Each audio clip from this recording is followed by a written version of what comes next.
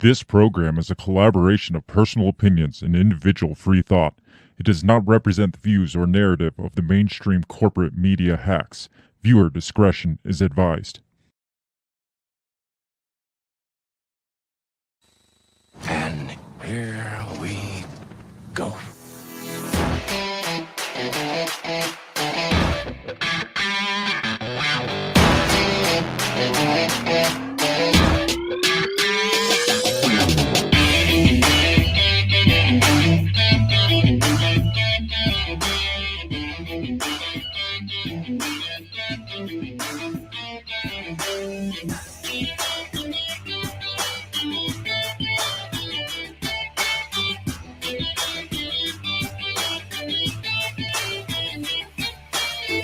Live from the bell tower, taking a stand for your rights, your liberties, and all the bullshit in between.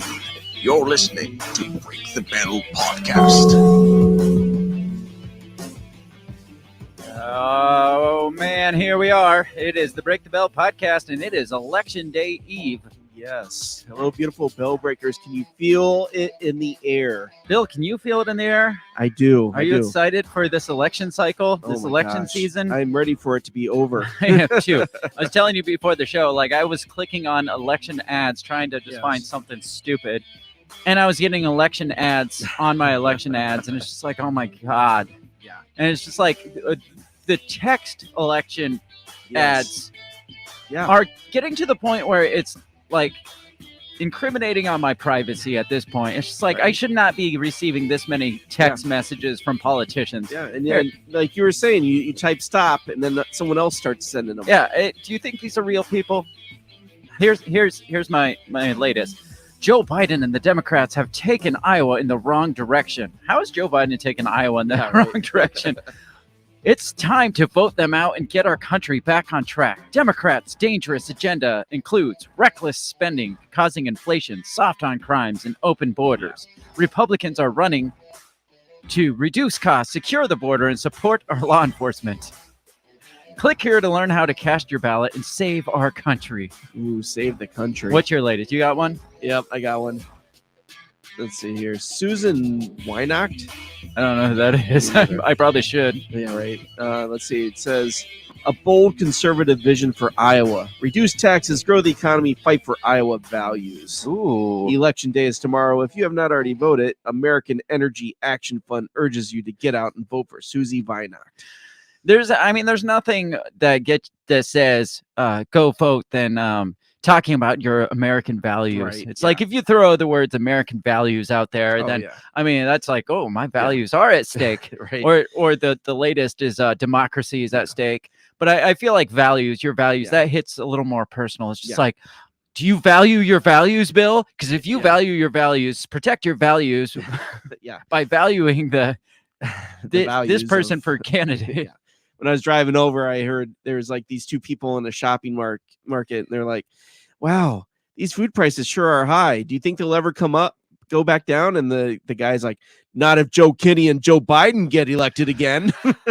Do people not realize Joe Biden is not on the ballot? I know. He's not. I mean, I don't even know if Joe Biden realizes that, but he probably does not. So when they're like, don't elect Joe Biden and his cronies back, it's like nobody's voting for Joe Biden. I mean, I guess you could write him in because you can write in anybody. So what happens if Joe Biden wins a write-in ballot here in Iowa? What happens if that becomes? I want to see someone write him in. I want to see them all write him in. Campaign to like just write in Joe Biden. Yeah, just to see what happens. He becomes like governor of Iowa and he's the president, or representative for precinct 236 in Cedar Rapids. Yes, exactly. Or school board. Yeah. Cedar Rapids school board. Yeah. Oh man, he'd probably do it. He'd be like, it sounds like a step up. People have spoken. Yes.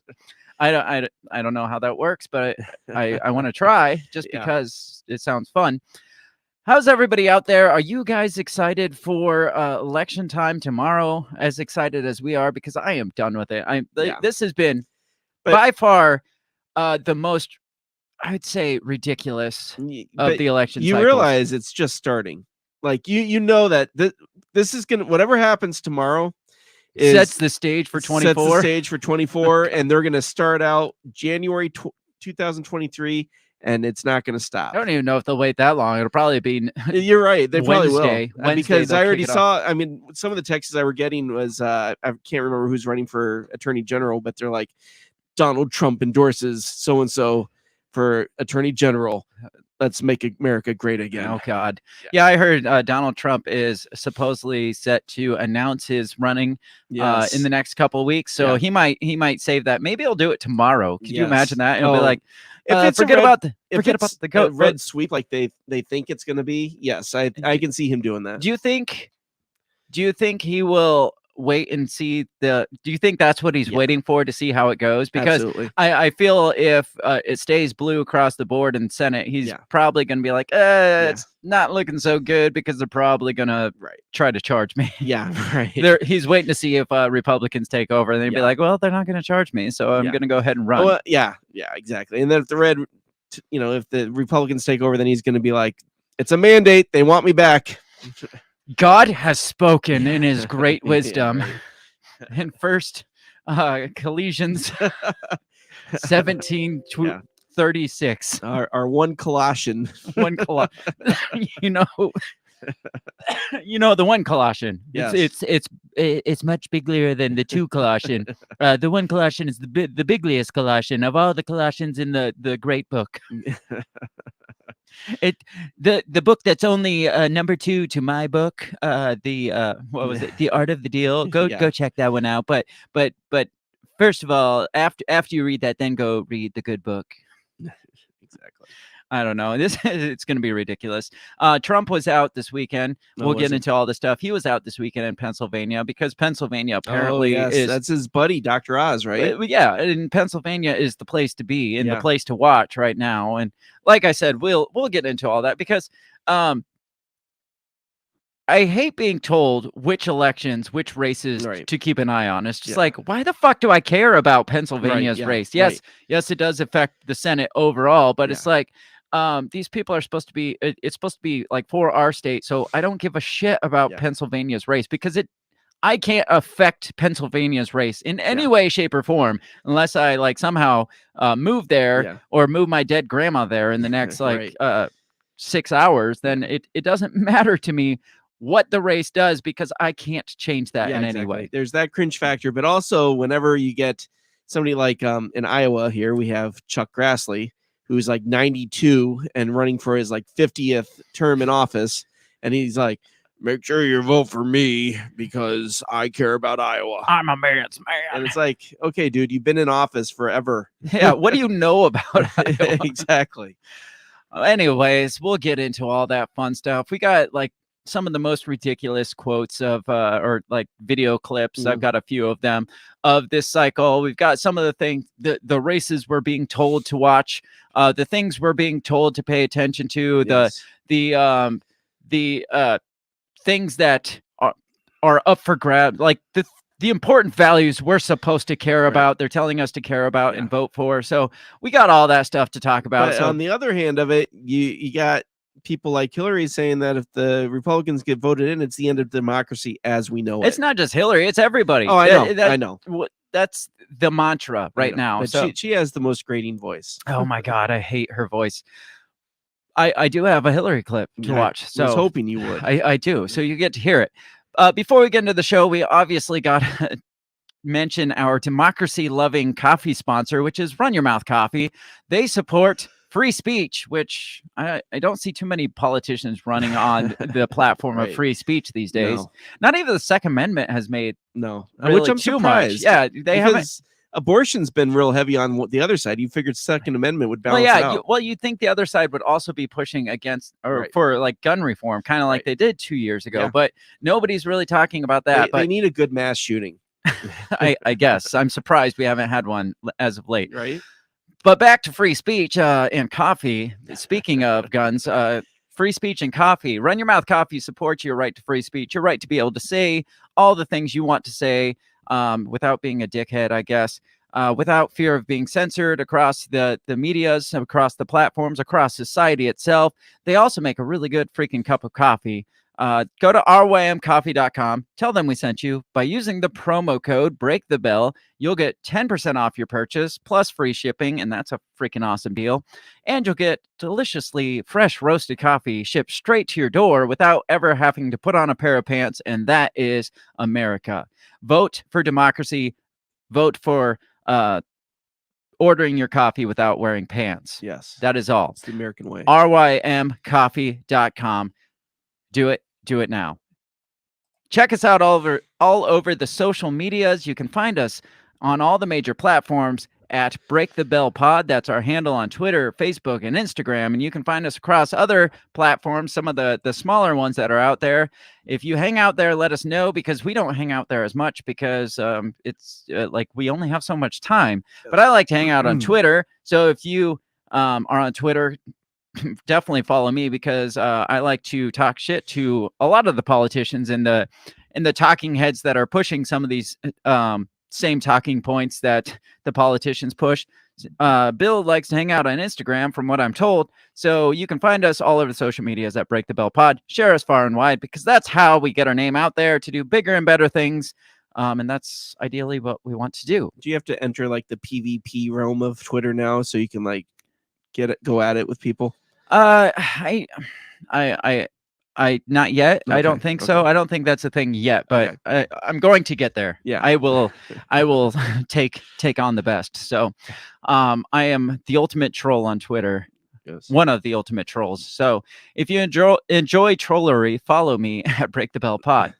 And share it. Hit the like, hit the subscribe button, do all that fun stuff that the kids are telling you to do these days, so we can do more. If they do that, what they should do is like put your record next to your name, like 33-0 and Twitter battles. That would be badass. Yes. Elon Musk, if you're listening, take our advice and do that. Yes.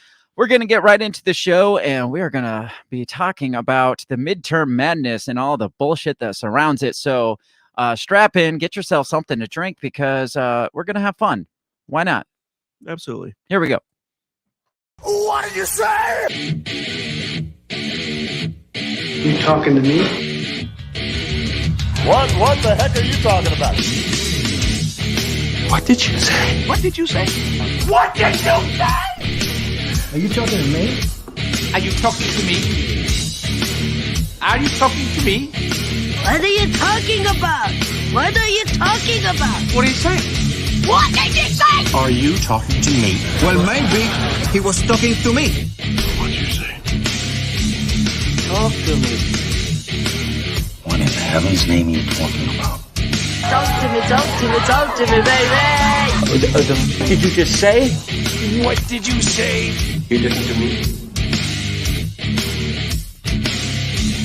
You're talking to me. Are you talking to me? What the hell are you talking about? Who are you talking to?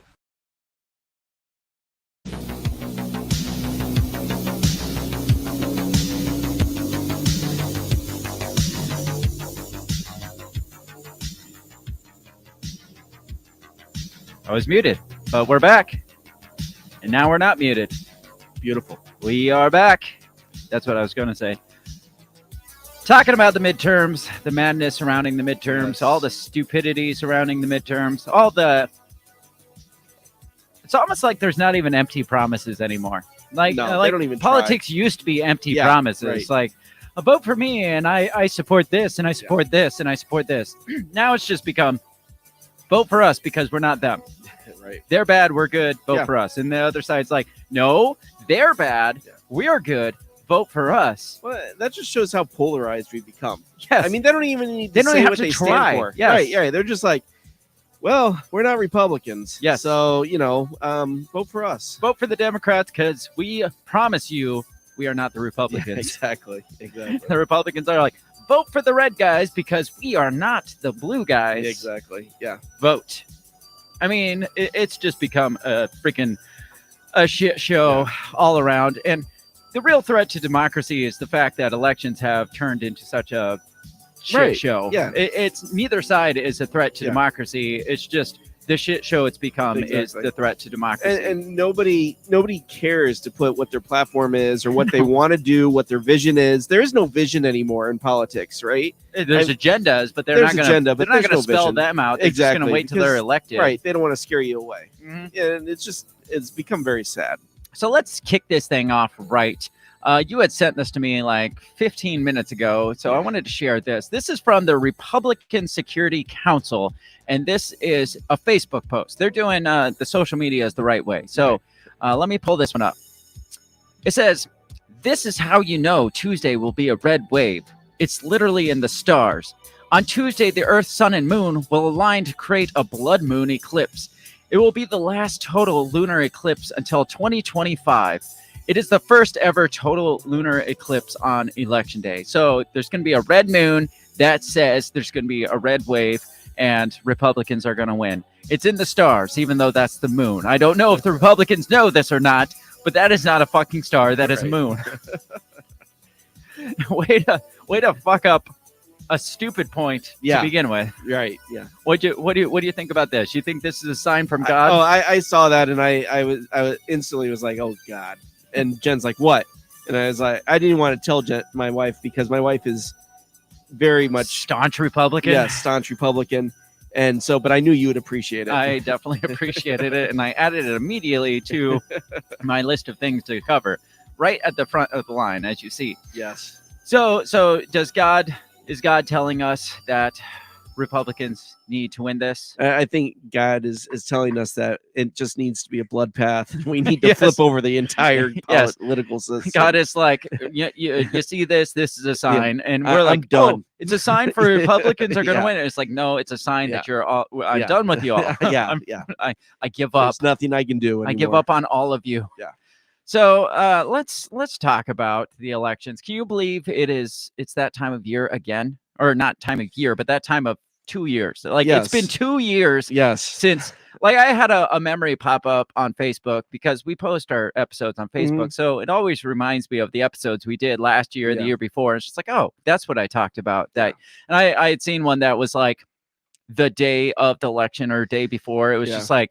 The title was "Let the Cards Fall" or Yeah. something like that, and it was basically like, well, the votes have been cast. We're just gonna let it be what it is. And little did we know Right.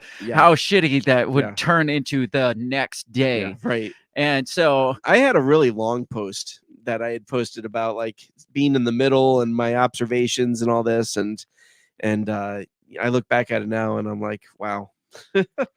yeah, you had no idea. Well, one of my predictions Bill- was that Biden wasn't going to make it through the year. Oh wow, yeah, that was Remember? our Yeah, prediction. that's what we thought. We were like, well, if he isn't killed, he Yeah. won't make it through the first year. Yeah. And here we are in Yeah. 2022. 2 years later. He's still kicking somehow. I don't know how.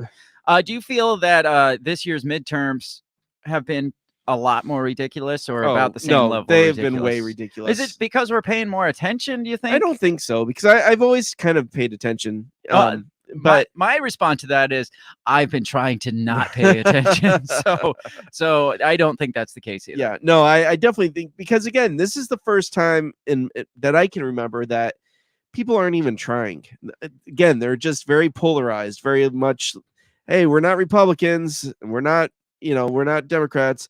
And I've had my friends on Democrat side, posting stuff like, hey, if you vote for this, then that shows that you're supporting January 6th and everything that means. We're right? still talking about that? Yes, I know, right? I'm like, okay, I thought after the trial of the century, we moved on. Yeah, January 6th, wait, 2020? Oh, yeah, Yeah. 2 years ago? Right. Or was it 2021? But Yeah, still, yeah. almost 2 years So, ago. yeah. So can we like move away from that and Right. talk about something else ever? Yeah. I feel like they've completely given up on not just political strategy, but Oh, yeah. strategy for the country as we know it. It's just like they're not even trying No. to be like, as a politician, I feel like this is where we are and this is where we need to be and this is how we get there. There's none of Yeah. that. No. I mean, there's the whole like Inflation Reduction Act and how much inflation reduction has that caused? Yeah.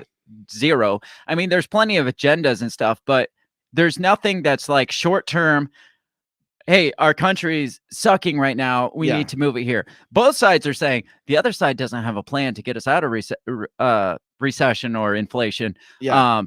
But neither side is giving up their plan Right. for Yeah. inflation reduction. Is it? You think it's kind of like Trump? It's like, well, I got this great plan, and if you vote for me, I'll let you know my plan. Yeah. No, that's basically it. But I again, I think they feel like they don't even need to try. So like this is a Facebook post from a Democratic friend. I cannot figure out why Democrats seem unwilling to tie Trump to every race on the ballot. The choice isn't Grassley and Franken. It's Trump and Franken. Trump and DeGier. Trump and Franken. That sounds I know. sounds like a freaking like 1950s Halloween character. Trump and DeGier. Trump and Mathis. Every vote for a Republican is a vote for January 6th. Oh, good Trump God. betrayed his oath, his people, and his country. Maybe that should be the closing push. Is there any way to move away from January 6th as a Republican even? I mean, I know plenty of Republicans that are like, Yeah. I don't want anything to do with Trump. I don't think so. Any like Well, Liz Cheney and Yeah. her freaking clan. I mean, Yeah. none of them endorse Trump anymore. But Right. if you vote for Liz Cheney, it's still a vote for Donald Right. Trump, according Absolutely. to these people. Yeah. Because the Republicans, and it's no longer even Democrats versus Republicans. It's Democrats versus MAGA Republicans. Oh yeah. Yeah. That- Absolutely. I mean, the term MAGA has been stamped on everything that is Republican. Yeah. And we'll see some of that in the things that we look at tonight. It's just like the MAGA agenda. It's just Yeah. like the MAGA agenda. It's like Trump's not even running. I know. Well, this is their fear porn. It's it's the same people that came out with that poll during COVID. Would you, if you could end COVID today, but you had to keep Trump as president for the next 2 years, would you do it? Or would you rather Trump be taken out now and you have to deal with COVID for the next 2 years? And people overwhelmingly said that they would take COVID over Trump, right? So fucking ridiculous. I know. It's just like this disease that those people are saying is the disease to end all diseases and everybody's going to fucking die. Yeah. But we hate Trump so Yeah. much that Yep. it's more important that we get him out than save your grandmas. Right. I mean, that is how absolutely batshit crazy people are over this. So let's talk about some of the things that they're talking about, because like the Democrats' main focus has been character. Literally up till last week, they've switched courses to democracy's at stake, and we've seen kind of that shift on social media. Not kind of, overwhelmingly that shift on social media. But before that, their main focus was character. Right. Yeah. What does that mean in an election? Are like cartoon characters? Because John Fetterman, John Fetterman, yes. he's definitely a cartoon He is, character. without a doubt. He is the 1993 Super Mario Brothers, the Goombas from that. He is literally that. He is a cartoon character. So, I mean, if you want to talk character, that's the only thing I can come up with, because Right. none of them have fucking character. No. And how little do you have to run on when your main talking point is character? Yeah. Right. It's like the country's going to shit, but what we need to focus on is character. Yeah. And the main focus of that, or reason why, is because they're trying to say, okay, if you question the integrity of the election, You don't Right. have character. you don't have character. So then they're like, oh well, we have character because we stand by our beliefs in the system, right? Do you know who doesn't have character? Donald Trump doesn't have character. And if you vote for Donald Trump, then you don't have character. If you vote for any Republican, you don't have character, because Donald Okay. Trump has no character. Just won the election right there. Yeah, That's my right. talking point.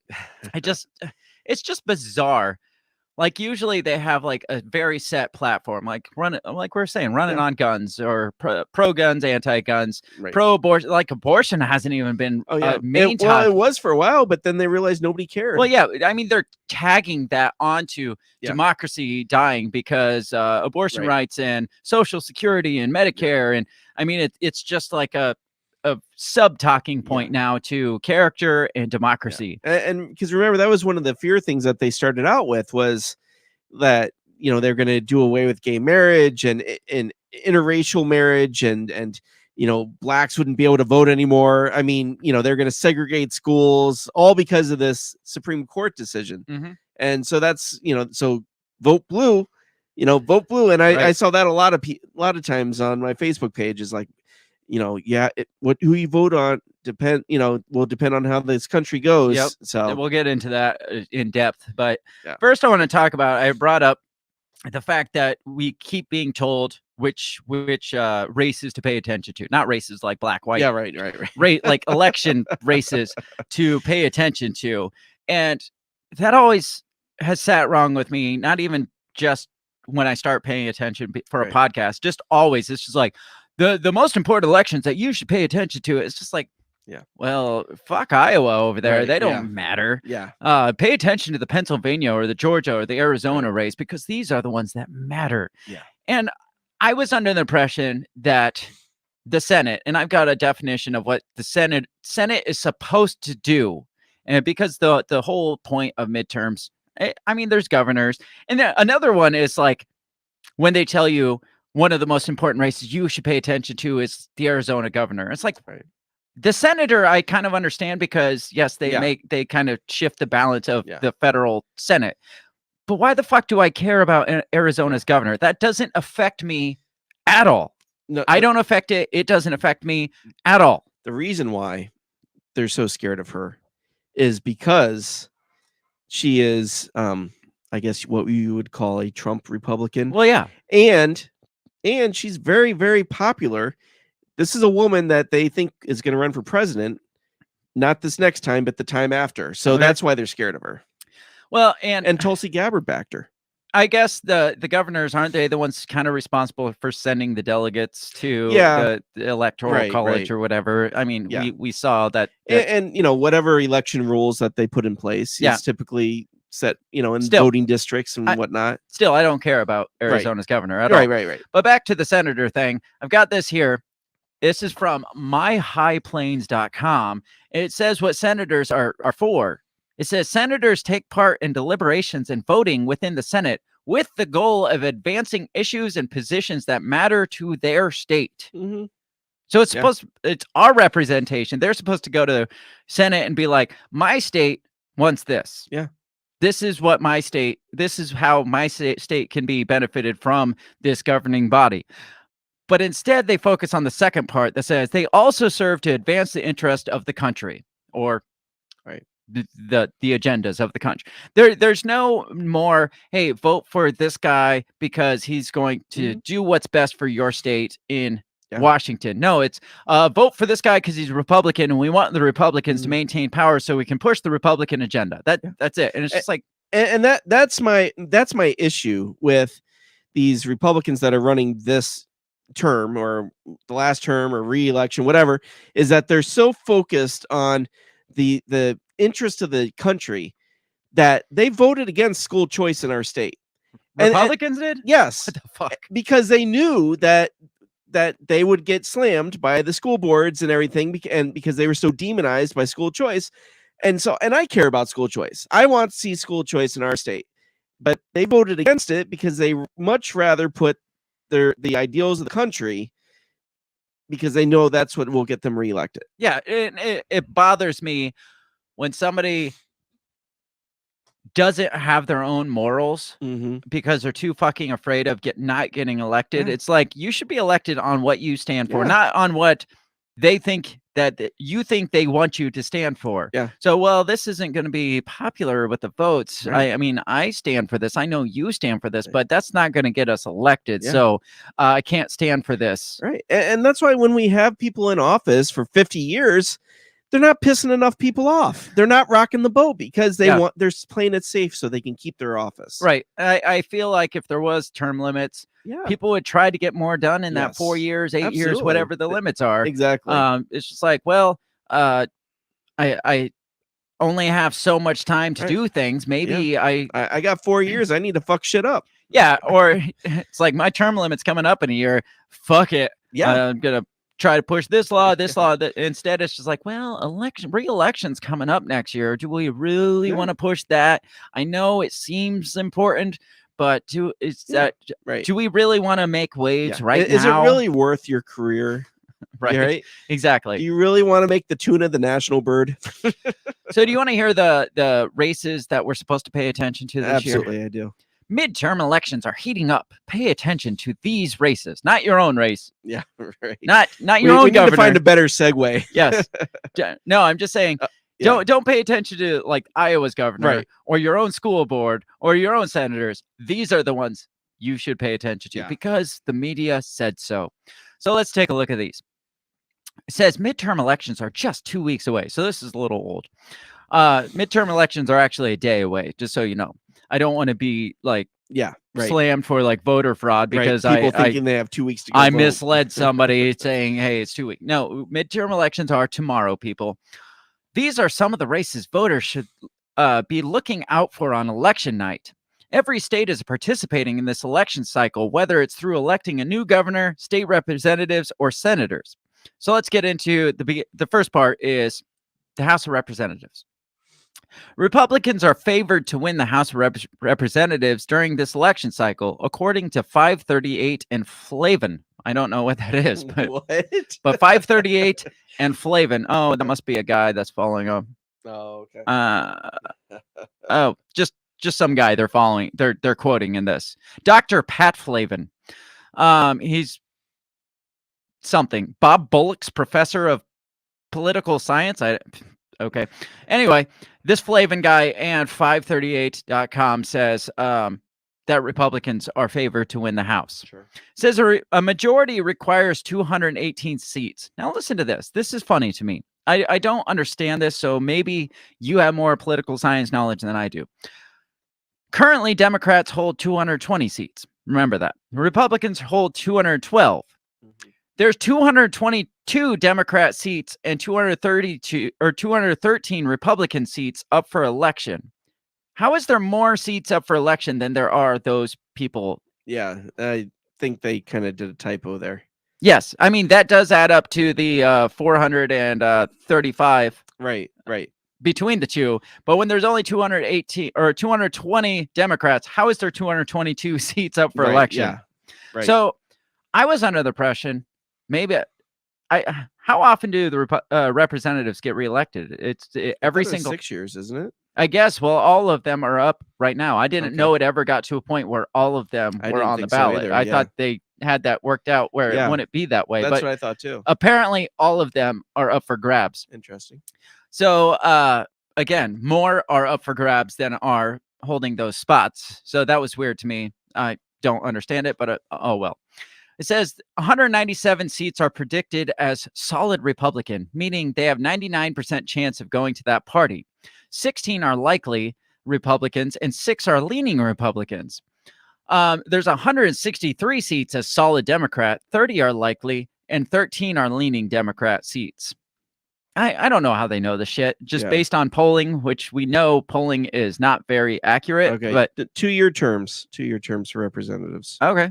So. All right. Well, I say vote them all out. Vote them all the fuck out. They're not doing their job. Exactly. It says there are 10 toss-ups. The local toss-up districts are Texas 15 and Texas 34. So those are the big ones we got to pay attention to. Texas, which is traditionally a Republican state anyway. Yes. Right? So, the two top things we should pay attention to is Texas District 15 and Texas District 34. Gotcha. Are you concerned about Texas? I am very concerned about Texas. I can't even say Texas right now. The 15th District of Texas in the southern part of Texas, running from Hidalgo County towards Seguin. The largest city in the district is McAllen. Never even heard of McAllen. No. It's not like Houston or Dallas or Fort Worth. Just this nothing town. Yes. Since it was created in 2013, the district has only been represented. God, I can't talk. Only been represented by Democrats. Currently, it's represented by Vicente Gonzalez, who is running for Texas 34. So currently, it's ran by this guy who is actually running for a different district next time. So he's like, "Fuck y'all, I'm out. I can't do anything with this place." Yeah, Vincent is. What was the town? McAllen. McAllen is it's too small. This place, I can't be effective here, so I'm out. So you see how things are up for grabs there because their own guy is just like, no, I'm done. Michelle Vallejo and Monica de la Cruz are battling to represent the district. Vallejo is slightly favored to win with 59% chance over De La Cruz, who's the Republican.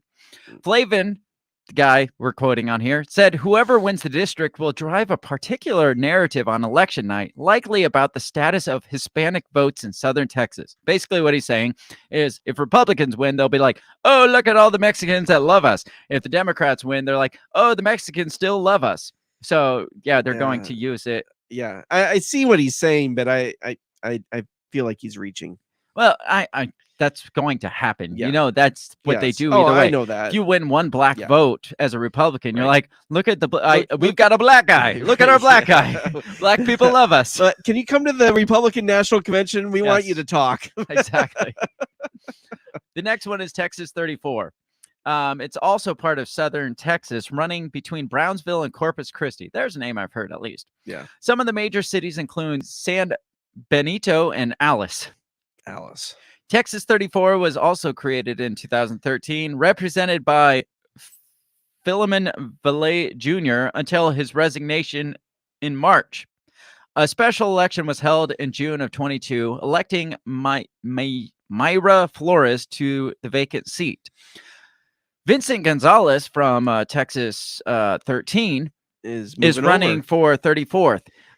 Corpus Christi. Who wouldn't want that district? So yeah, this one's interesting. It says because both candidates are incumbent representatives. So so they're both. Oh, I get you. Yeah, it doesn't usually happen this way because people don't usually switch districts. Yeah. And say, but he's not really an incumbent, but he's an incumbent. I get the appeal, but it's still not interesting enough to get me to watch. No, but this is like the big dog here. Right. Says there are maybe 2 or 3 districts around the country that have that, which is 2 incumbents running against each other. So I guess the reason this is so important is because this is one of very few Democrat districts in Texas. Sure. So they don't want to lose that stronghold, that small stronghold in Texas. So I guess that's probably why we're watching this. But it doesn't really say why this is so important. They're other not than that fact. Concerned about Pete Buttigieg at all taking over as governor of Texas? It doesn't say that, so that's not important. Don't watch that. All right, so the Senate, the things we're supposed to pay attention to. It says Democrats are slightly favored to win the Senate with a 56% chance of capturing a majority.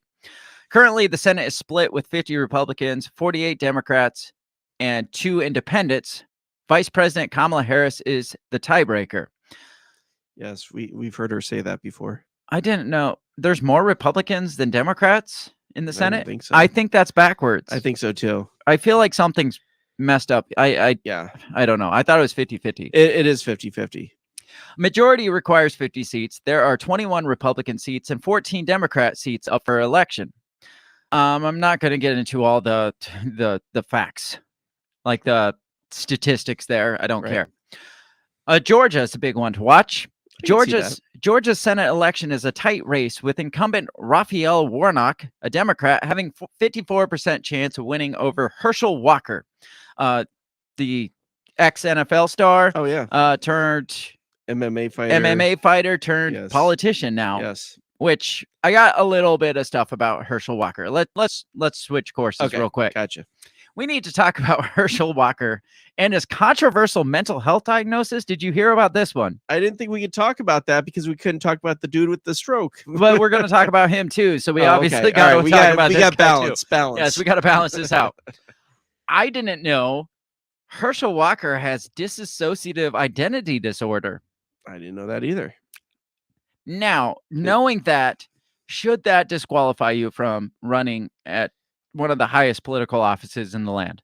No, because I think that most people in office have dissociative psychological disorder. Fair. Okay, that's fair. Now, the fact that he's willing to admit it says maybe he's not sociopathic enough to run for Senate. So maybe that's it. But apparently he says he's been healed of that. So he's good.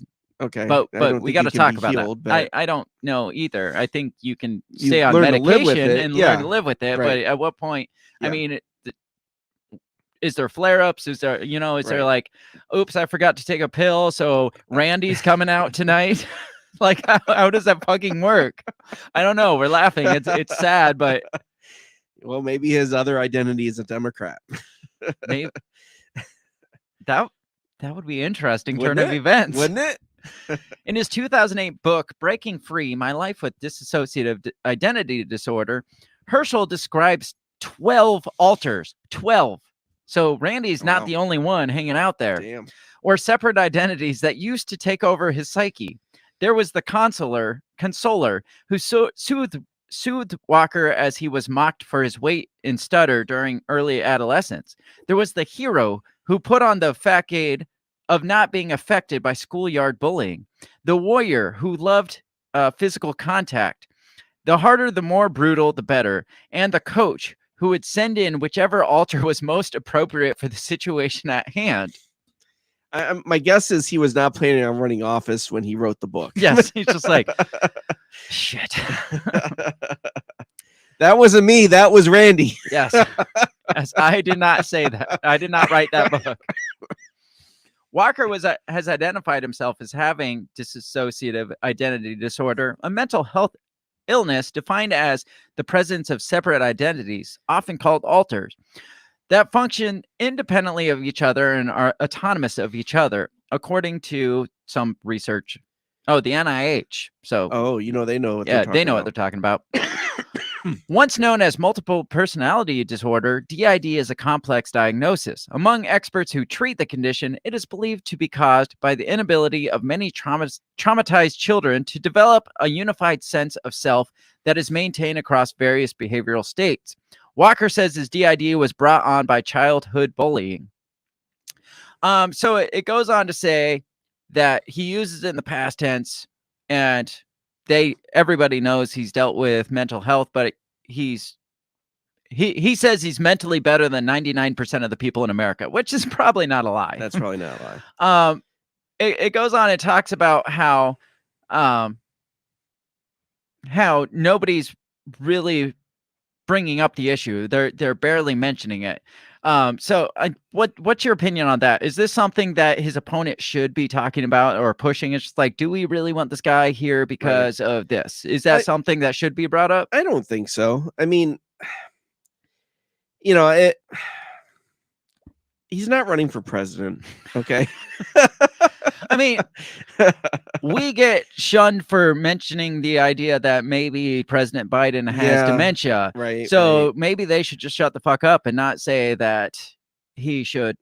Well, this should be brought up because apparently we're not supposed to talk about. But I would think if it was an issue, right? If there was some incidences where the coach is beating the shit out of somebody, then I mean there would be reports of that, right? I mean, has there been any reports of him, just losing his shit? And I don't know. Nobody's talking about it. Right, exactly. And you would think but I guess his opponent is favored to win. So, if his opponent was losing, he probably would be talking about it all the time. It talks about how, despite the fact Walker's Senate race is one of the closest and most consequential in the nation. Consequential. His DID diagnosis seldom gets more than a brief mention in media reports. Some are even reluctant to discuss DID more generally. One reason for their discretion is the so-called Goldwater Rule, a code of ethics adopted after hundreds of psychiatric experts weighed in on the mental fitness of 1964 GOP presidential candidate Barry Goldwater via a survey organized by Fact magazine. At the time, Goldwater was seen by many as having extreme views on nuclear weapons and domestic policy, and some of these experts' views or suspected his views implied a mental or emotional disorder. The leadership of American Psychiatric Association was outraged by the survey, arguing the responses, many of which allege that he suffered from psychosis or schizophrenia, had no scientific or medical validity whatsoever. The APA president, Daniel Blaine, denounced the survey findings as hodgepodge of personal political opinions of selected psychiatrists speaking on individuals.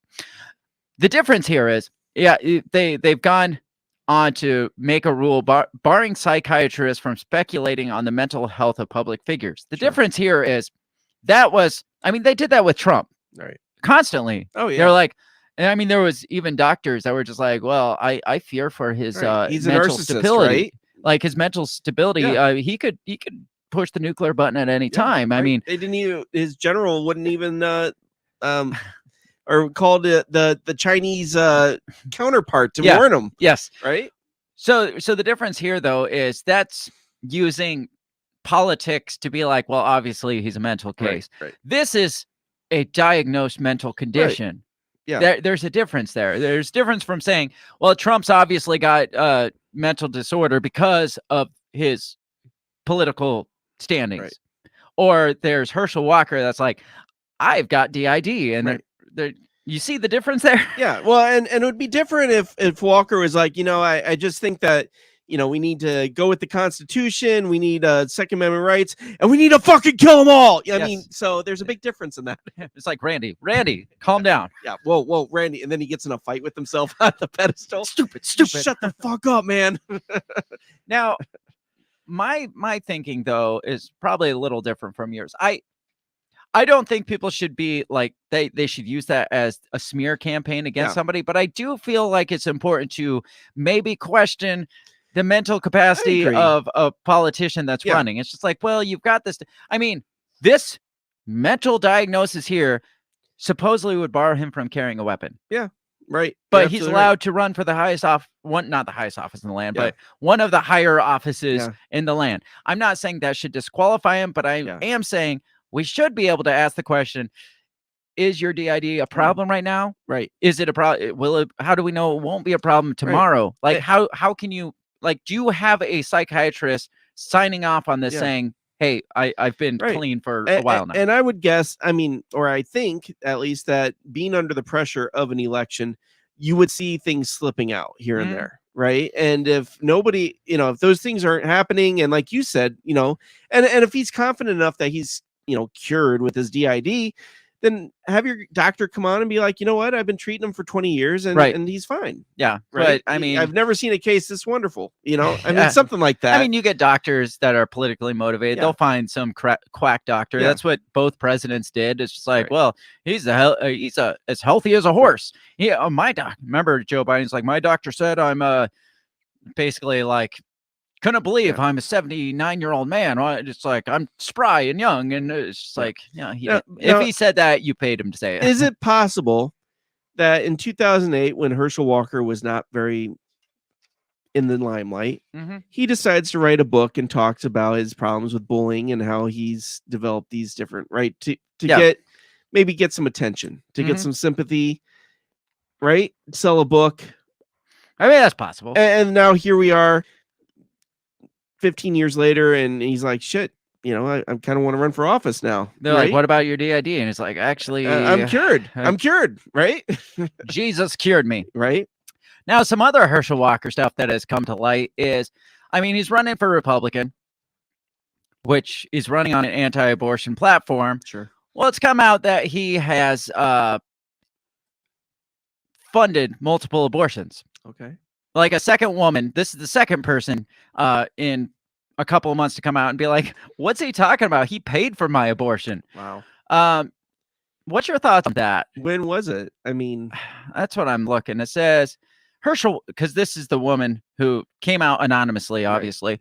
Herschel Walker is a hypocrite, and he is not fit to be a U.S. senator. We don't need people in the U.S. Senate who profess one thing and do another.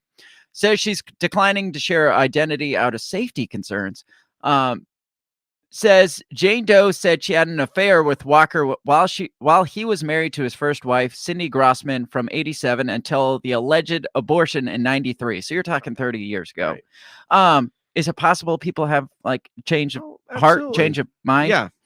Yeah. Does it make I mean, it is kind of hypocritical. Well, it is, but I mean, again, it's something, and I don't know if he's addressed it, but I mean, it would be fair to be like, hey, yeah, I did this. I was wrong. I shouldn't have done it. I was young. I was rich and stupid. I mean, what Obama came out and had said that, his views had evolved on abortion or evolved on gay marriage or whatever, So I think it's possible to grow. Yeah. Why is it one thing? Why is it okay for somebody to evolve on one side, but if they say they evolve on the other side, well, that's just hypocrisy. Right. Or what about Obama saying he's just smoked weed, he never inhaled or whatever, and he's still against legalization of marijuana, or George W. Bush, or Right. all of them. Yeah. Name all of them. They've Right. all done drugs, but Yeah. they never came out. What's the difference? Right. No, Be- you're absolutely right. Besides blatant hypocrisy. Right. Yeah. I mean, politics are ran on blatant hypocrisy. It's So right. why is this even a story? Absolutely. No, again, I addressed it, but I think it's something that, he should address and be like, yeah, I'm sorry, I wasn't conservative when I was in my 20s. I was a liberal. One more thing on Herschel Walker, speaking of hypocrisy, is this article here that is slamming Herschel Walker for saying he's found threats to democracy. What does that even mean? Well, here, basically, so it starts out, this is from MSNBC, so it's fantastic. Herschel Walker has noticed Democrats emphasizing threats to democracy, and the Georgia Republican apparently wants to contribute to the conversation. Here's an example. He says, the biggest threat to democracy is to have Senator Raphael Warnock out there, to have Senator Warnock voting to put men in women's sports. That's the biggest threat to democracy. Well, no, actually it's not, is what they say. The next thing he says, when you have a president talking about the biggest threat to democracy, it seems to be to electing a Republican. But I want everyone that is listening to me, the biggest threat to democracy is to have Biden in the White House. And again, they say that's not a threat to democracy. They give a couple more quotes from him saying this, and then they say at the end, where was it? Where was the quote? It was great. It's as if Walker has been encouraged to think of random things that bother him and then just add the biggest threat to democracy at the end of the sentence. MSNBC is saying Talk about this, hypocrisy, right? Like it's okay for everybody on the blue side to throw out the words, the biggest threat to democracy. But as soon as Herschel Walker comes out, he's like, that's not a threat to democracy. This is. And they're like, well, it just sounds like he's just throwing that on the end. It's just like, well, you're missing the point that he is responding to the fact that you're throwing that on the end of literally everything. Like literally the end of every post that you see on Twitter from somebody claiming to be Democrat ends with democracy's at stake, guys. Yeah. I mean, I don't know his platforms, anything he's running for, but he seems to me like he's just your stereotypical politician. Stereotypical celebrity turned politician. Right.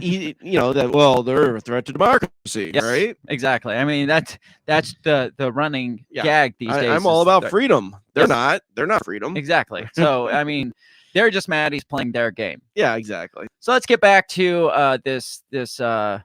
the races that we're supposed to pay attention that's to. right. Yes. The big one, Pennsylvania. I got to mention Pennsylvania because they talk about Nevada. They talk about Nevada's Senate election is also a dead heat race. Who cares? I want to talk about Pennsylvania because this one's fun. Have you watched any of? Yes, you sent me some stuff? clips. Yes. Well, we're going to remind ourselves about this one because this is the battle between Dr. Oz, TV personality, and John Fetterman, who, like I said, is Goomba from the 1993 freaking Super Mario Brothers movie with John Leguizamo. Yes. Yeah, that one that was terrible. It wasn't even a good Super Mario movie. No. So I don't know how people could be so pissed off at the new one that's coming out. Have you seen they're like so pissed that Chris Pratt is doing the voice of Mario? Because he's not Italian? Yeah. But they're okay. John Leguizamo's not Italian. Yeah, exactly. Isn't he Hispanic? No. Yes, and Bob Hoskins played Mario, and he's British. Fantastic. Yeah, but that's fine. That's fine. Back to here. Pennsylvania Senate race has ebbed and flowed during the election cycle as well. John Fetterman had a significant lead over Mehmet Oz. Where does that come from? Mehmet. I don't know. Is that Mehmet. Israel? I don't Is know. he Jewish? I don't know. It says throughout August and September, but his lead is closing. Fetterman is slightly favored over Oz at 59% to 41% chance. Now, like I said, we got to remind you of this fun heated race here. Of course, my video has to reload. And it's not going to have the tagging point. Yes. All right, hang on. Don't get too far ahead of me, Dr. or Mr. Fetterman. Now remember, we can't discuss like mental disorders, or Of we course. can, or are we supposed to? Are we allowed to? Because that article said we should, Yes. but most people are saying we shouldn't. Yes. This I guy think had we a can. fucking stroke, all right? Yes. And yes, that's sad. Yes. But I feel like it was sad watching them push Joe Biden in the 2020 Yeah. campaign. Oh, It's yeah. just like, this is so sad to watch. They're Yes. like, but I mean, they're propping this guy up Yeah. hard. And there are people, I mean, lots of people have strokes and they heal quite fine. Yeah, I don't know how this guy was before his stroke Yeah, I either. don't So know this either. just might Yeah, be this guy. might be normal him, right? Yes, but let's watch this. Okay. That's all I have He to looks say. like a Muppet. Like I said, of course, there's an ad. Well, let's let that out Sure. while It's we kind of talk. making me hungry now. Yes, it's like if you want to watch this, here, watch our ad. Yeah. Ads, no less. Oh wow. Yeah, I was talking. He's literally a cartoon character. Yeah. Like, have you seen the Twitter post where they shrink his head too small? No. That's already too small. Did he need help? So here we go. We're just gonna watch a clip from this and tell me how the fuck Fetterman is still over Dr. Oz in this.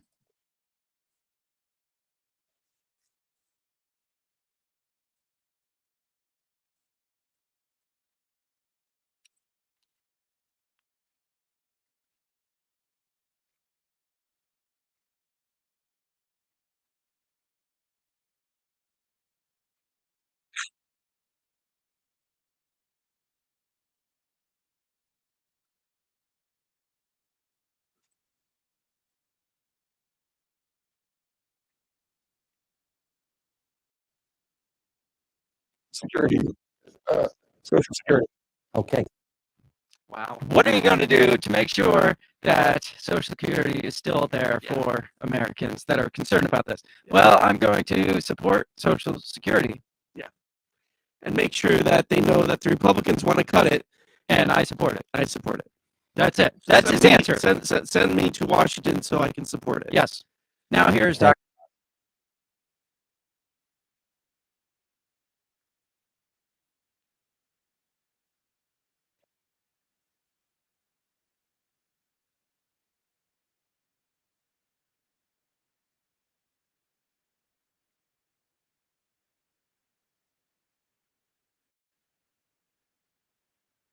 I'm going to skip forward. He gets more into it because he kind of pushes back against Fetterman's response, but he gets a little more into like how he's going to do it.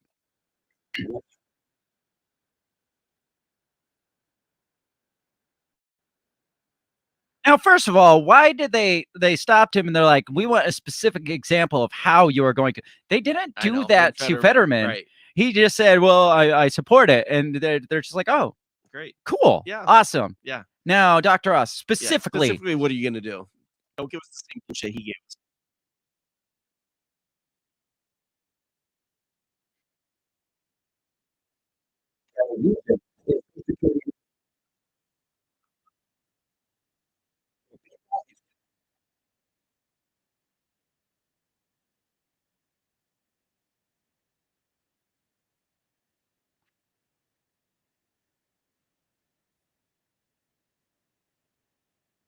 he said a thing. What do you have to Yeah. say?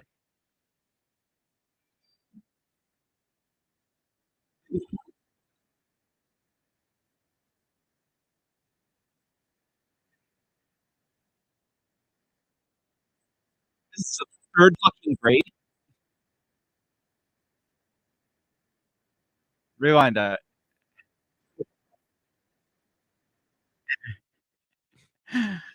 He's like, Dr. Oz, because Dr. Oz is like, we're going to like kind of revamp it. We're going to have it like increase with inflation. We're going to do take this, the 4% of money not getting Yes. used and put it towards it. Yeah, and he's like, but Dr. Oz wouldn't. And he's like, but I would. Why do you say that? And he's like, no, it's a fact. You wouldn't.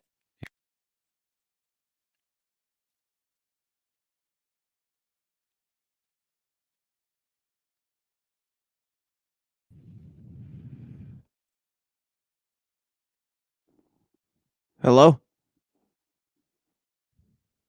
Everybody, ladies and gentlemen, we have a caller here. His name is Dan Smots. He's with the System is Down podcast. Dan, how's it going? It's going fine. I just came here to tell you that your audio is not working and nobody can hear John Fetterman this entire time. Are you fucking serious? Are you serious? I just pulled it up to see what you guys were talking about, and I was like, is it frozen? How is that possible? What? Yeah, you can hear me fine, right? Yeah. Okay. Why? What? You're a little glitchy, but that might what be the on hell? my end. But yeah, Well, the yeah, audio when you're playing but- it, I couldn't hear anything. What the hell? Because I got several videos play. You can't hear this. Not at all. I You can't hear it that. at the moment, even. No. What the fuck is going on?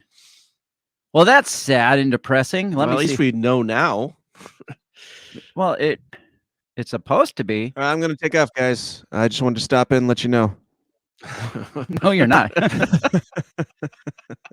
You're not leaving. Do not leave. What the hell is going on? Because it's coming through the same source that my mic is, and you can hear me. Hang on. Let me push some buttons and see. How about now? Can you hear that? Nope. You couldn't hear that. Nope. What is happening? Why does life suck so much sometimes? I think it's the blood moon That's probably affecting the tides. that's most which likely. affects the Wi-Fi signal. I don't understand. I don't understand anything. How about my music? Can you hear my music here?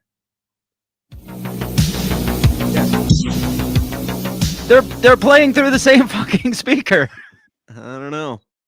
They're playing through the same thing. So I don't Unless understand. it's maybe it's my headphones just getting one side of the channel and you're sending it out to the opposite side of the channel, but I'm not Send hearing anything through headphones. channels. What? I said I'm sending it to both sides. Hmm. What about here? Let's try another. Can you hear this one? Did you hear that? Nope. What is Nope. fucking happening? Let me. You keep fiddling with it. I'm gonna take it out. I'm gonna mute myself and take myself off. See. Okay. See if I can hear. Okay. Here, you check that. Bear with us. We suck at this. What about here? Let's try another. Can you hear this one? Nothing. What the fuck is the deal? What the hell? I mean, it's going into there. Why isn't it coming out here? So they're not hearing shit. Did you try turning it off and then on again? You're loud. Whoops. Good God. Let me think about this. Check. Talk. Hello? Okay, I can't hear you now. I'm Ron Burgundy. Yeah. I don't know what's going on, but this is some BS. No doubt. But it doesn't make sense because Better to find out that you've wasted an hour than to find out that you've wasted 2 hours. I think this is the first video that we Yeah. played. So the only thing we missed would be the kind of background music, which nobody cares about that. So I got to figure out what the heck's going on. I could hear the music, and when I switched over, I could hear like a little bit of warble from Mr. Oz and Mr. Fetterman, but it That's kept a cutting warble? back to nothing. Like That's almost nothing. So freaking weird. Can you hear this music? Yeah. You do hear that? Yeah, you did, because that's the same. I said that's the same. Yeah. Let me see something. Hang on. Good God, man. Why? I don't need you to see everything I'm doing. Nice tabs, bro. Thanks. I have lots of them. Mm-hmm. I don't even know how to change audio settings on.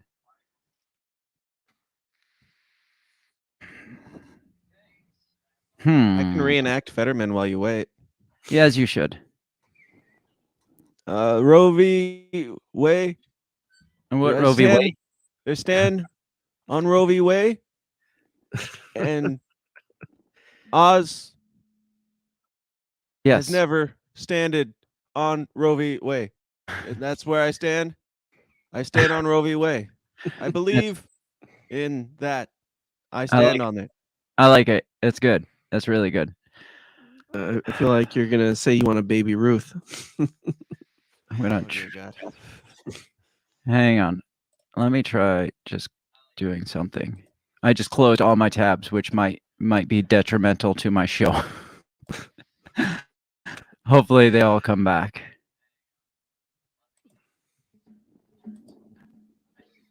What a joke. Blood Moon. How are you doing, man? I'm doing fine. You're glitchy now too. Of course I am, because I'm opening shit up now. My speeds are good. I know. My computer's slow as fuck. So,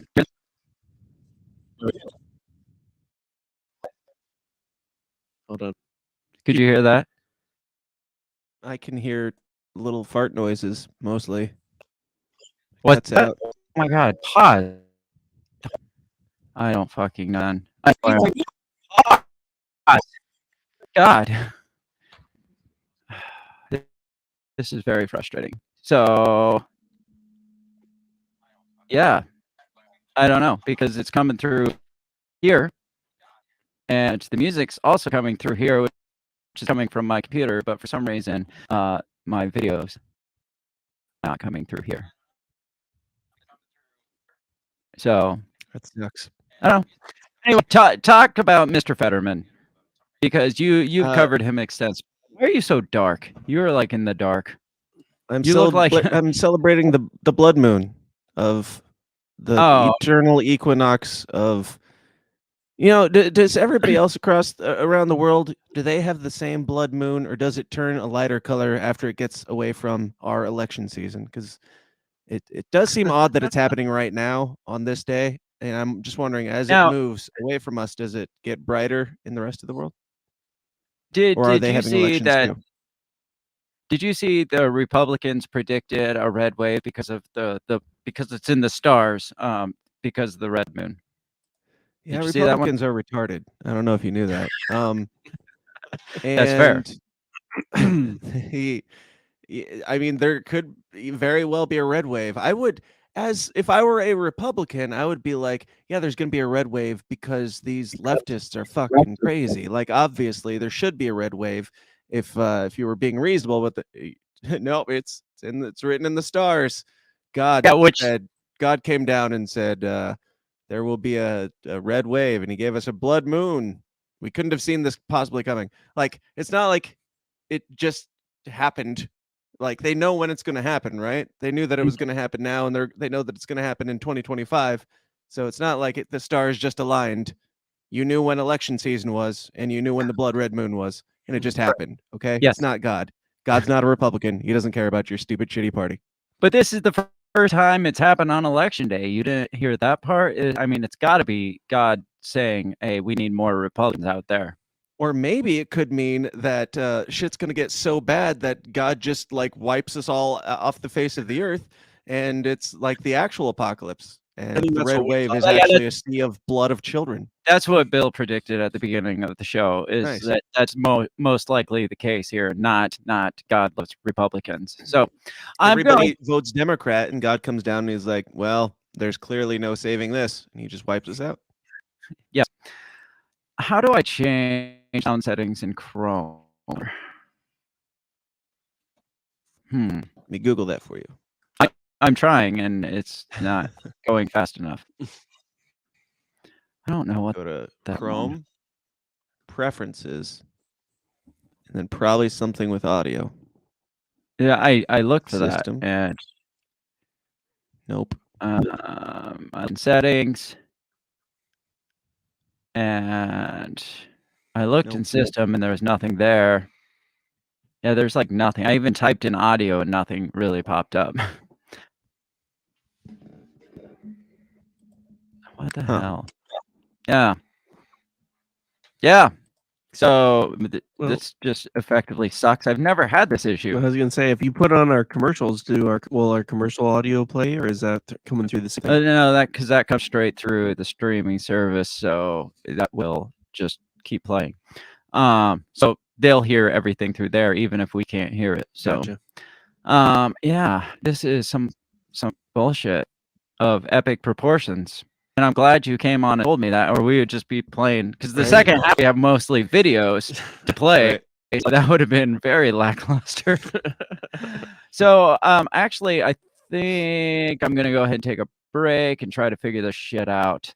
So we apologize that you didn't get to hear Mr. Fetterman. That's stuff. Yeah, basically what you missed was Fetterman just bumbles over himself saying, well, I'm going to do that. That's the thing I'm going to do. And Dr. Oz actually has good points, even though he is a TV personality. Yeah. So do we risk having another TV personality in office, or do we take... Dr. Oz sucks. Dr. Oz is a hack. You think so? What, Absolutely. Tell us more about why Dr. Oz... He's just like a freaking... Maybe you should take a break first, and we'll tease it, because your audio is all sorts of glitchy right now. Dr. Oz is a hack. We're going to take a break, and when we come back, we're going to talk with Dan Smots about politics and the midterm elections. And this show is going to go off the rails because it already has, because of stupid shit. So we're going to take a break, and when we come back, we're going to keep talking. So we'll be right back.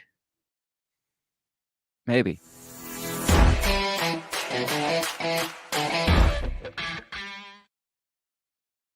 Have you ever thought that maybe voting, maybe all this politics constantly surrounding you is not the way to achieve freedom in your life? Hi, I'm Remso W. Martinez, and I ask myself the same question. That's why I'm on a journey to find true freedom in my lifetime. From learning about financial independence, to new ways to develop rugged individualism, to amazing guests living strange, crazy, amazing lifestyles that you've only thought might be real, but actually are. Go ahead and check out my new show, On the Run with Remso W. Martinez at the We Are Libertarians Network.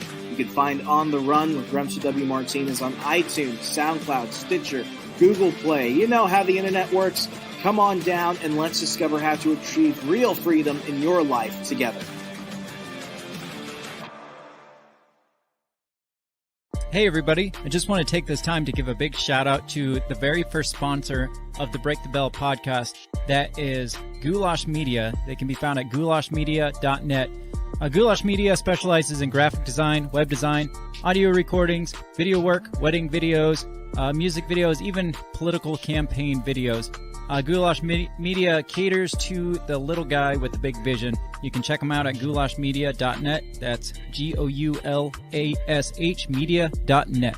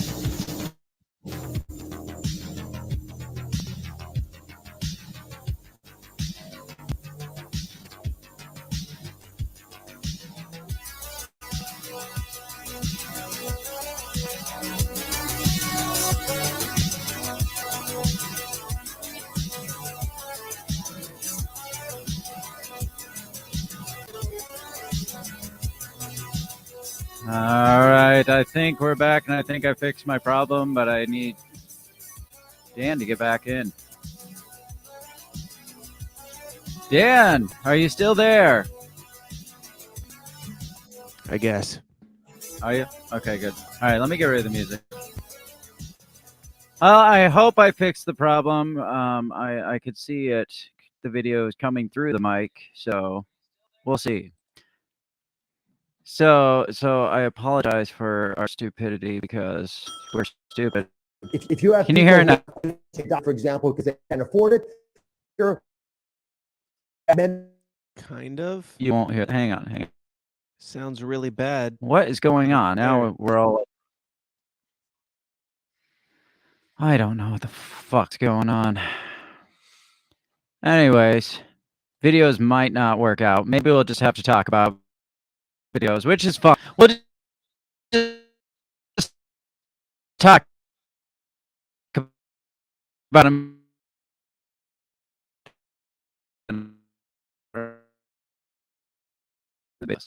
Killing it. It's gone. Now come back. There we go. Up until you said Talk killing about- it, you were in the Matrix. So Am I still in the Matrix? not at the moment, no. Okay. All right, I good. killed the Dr. Oz video was killing our feed somehow. So I'm not It's just doing John anything. Fetterman. His it's contagious. His condition is wearing Right, off on Dr. Fetterman. Got a virus from it. our computer's having a stroke. I had to completely shut down my computer and bring it back up, which is probably what they have to do to John Fetterman after every campaign rally. But tell us why Dr. Oz is such a hack. Because he's just normal. He's just a normal politician, hack, whatever. He's just saying things that are mainstream talk points and not all the good ones either. He's pro-Israel, hardcore. He's all happy vax or whatever. He's Isn't that what all they- for trans kids transitioning, stuff like that. So how is he running on the Republican platform if he doesn't stand for the stuff that the platform stands for, apparently? Well, it's because Republicans don't stand for anything. And even if they have somebody like a slam dunk of a competitor like John Fetterman that they're running against, they'll put up Dr. Oz, squishy, just wishy-washy politician. Yes. TV Now- personality, Dr. Oz. Now, who do you take, though? Fetterman or Dr. Oz? Bullet. I guess that's fair enough. That's fair. That's fair. Yes. So I do not accept your terms. now, how did we get to the point where the main politicians to focus on are either an ex-NFL player with multiple personality disorder and Dr. Oz, who is a TV personality doctor, not even like a real doctor, but like a TV doctor. How did we get that as like we have Trump and then we have NFL player and then we have Dr. Oz? It's like, do we ever get back to like having politicians as politicians? Or normal people? I hope we never get back to having politicians as politicians. I hope we get to having like decent human beings as politicians instead. And we went from I mean, we look at like Trump versus Hillary and it's like, how did we get to this point? And now it's like down to even the local levels where it's like our Senate races are Oz versus Fetterman. It's like and I was like looking through all the Illinois candidates and everything today, like going through like their platforms and everything. It's just so pathetic. Like nobody is good for the most part. Like there's some good libertarians here and there, and there's a couple. There's even at least one Republican that I'm going to vote for over one of the libertarian candidates because the libertarian sounds like a hack based on what he has on his website. But a lot of these people, like there was one, I could pull it up, but Like you go to her website and the entire website is literally just her saying, I got Donald Trump's endorsement. I am the Donald Trump endorsed Republican. Here's me and Donald Trump. Here's a picture of us smiling together. And that's it. Like there's no That's her issues. There's platform? nothing. That's all that matters now. Like your platform is just you're a Trump guy or you're not, you're an anti-Trump guy. And These then are the her two options that opponent we have. is like, and this person is supported by Trump. They're backed by Trump. They're a Trump person, so don't vote for them. Yep. Yep, that's our two Exactly. platforms. You're either I'm for Trump or I'm not that guy who's for Trump. right. That's our arguments these days. And the she one had like thing- a 15-second video on her site too, where it's like just talking about Trump, and then at the very end it says her opponent, whose name I don't remember, he was endorsed by Joe Biden. Like no shit, like that's all this is. Well, the whole Fetterman clip that I was playing was them arguing about who does and doesn't support cutting Social Security, because the clip has Oz saying, no, I think Social Security should go up as inflation goes up. And Fetterman's like, no, you plan to cut Social Security. That's a fact. And he's like, no, it's not a fact. He's like, but it is. And You're that was making Fetterman sound way more articulate than Yes. what he is. so what do you think about this? Like this is from Democrats.org, so it got to be like from God, but it talks about Republicans cutting Social Security, and that's the platform they're running on. First of all, the sentence starts out with, and I talked about this at the beginning, Republicans double their efforts to push an extreme MAGA agenda. Is everything Republican related now? You got to put the tagline MAGA on it, because No, it's not all Republicans. There's some good Republicans. All the Republicans, like the Bushes and the Cheneys, that vote for the establishment. They're great. I'm talking about those MAGA Republicans. They're the evil ones. yes, obviously. Yeah. Biden is very clear on his distinction. If you are willing to support the regime, then you're good. If you're willing to support Donald Trump's regime, then you're bad. And there's nothing in between.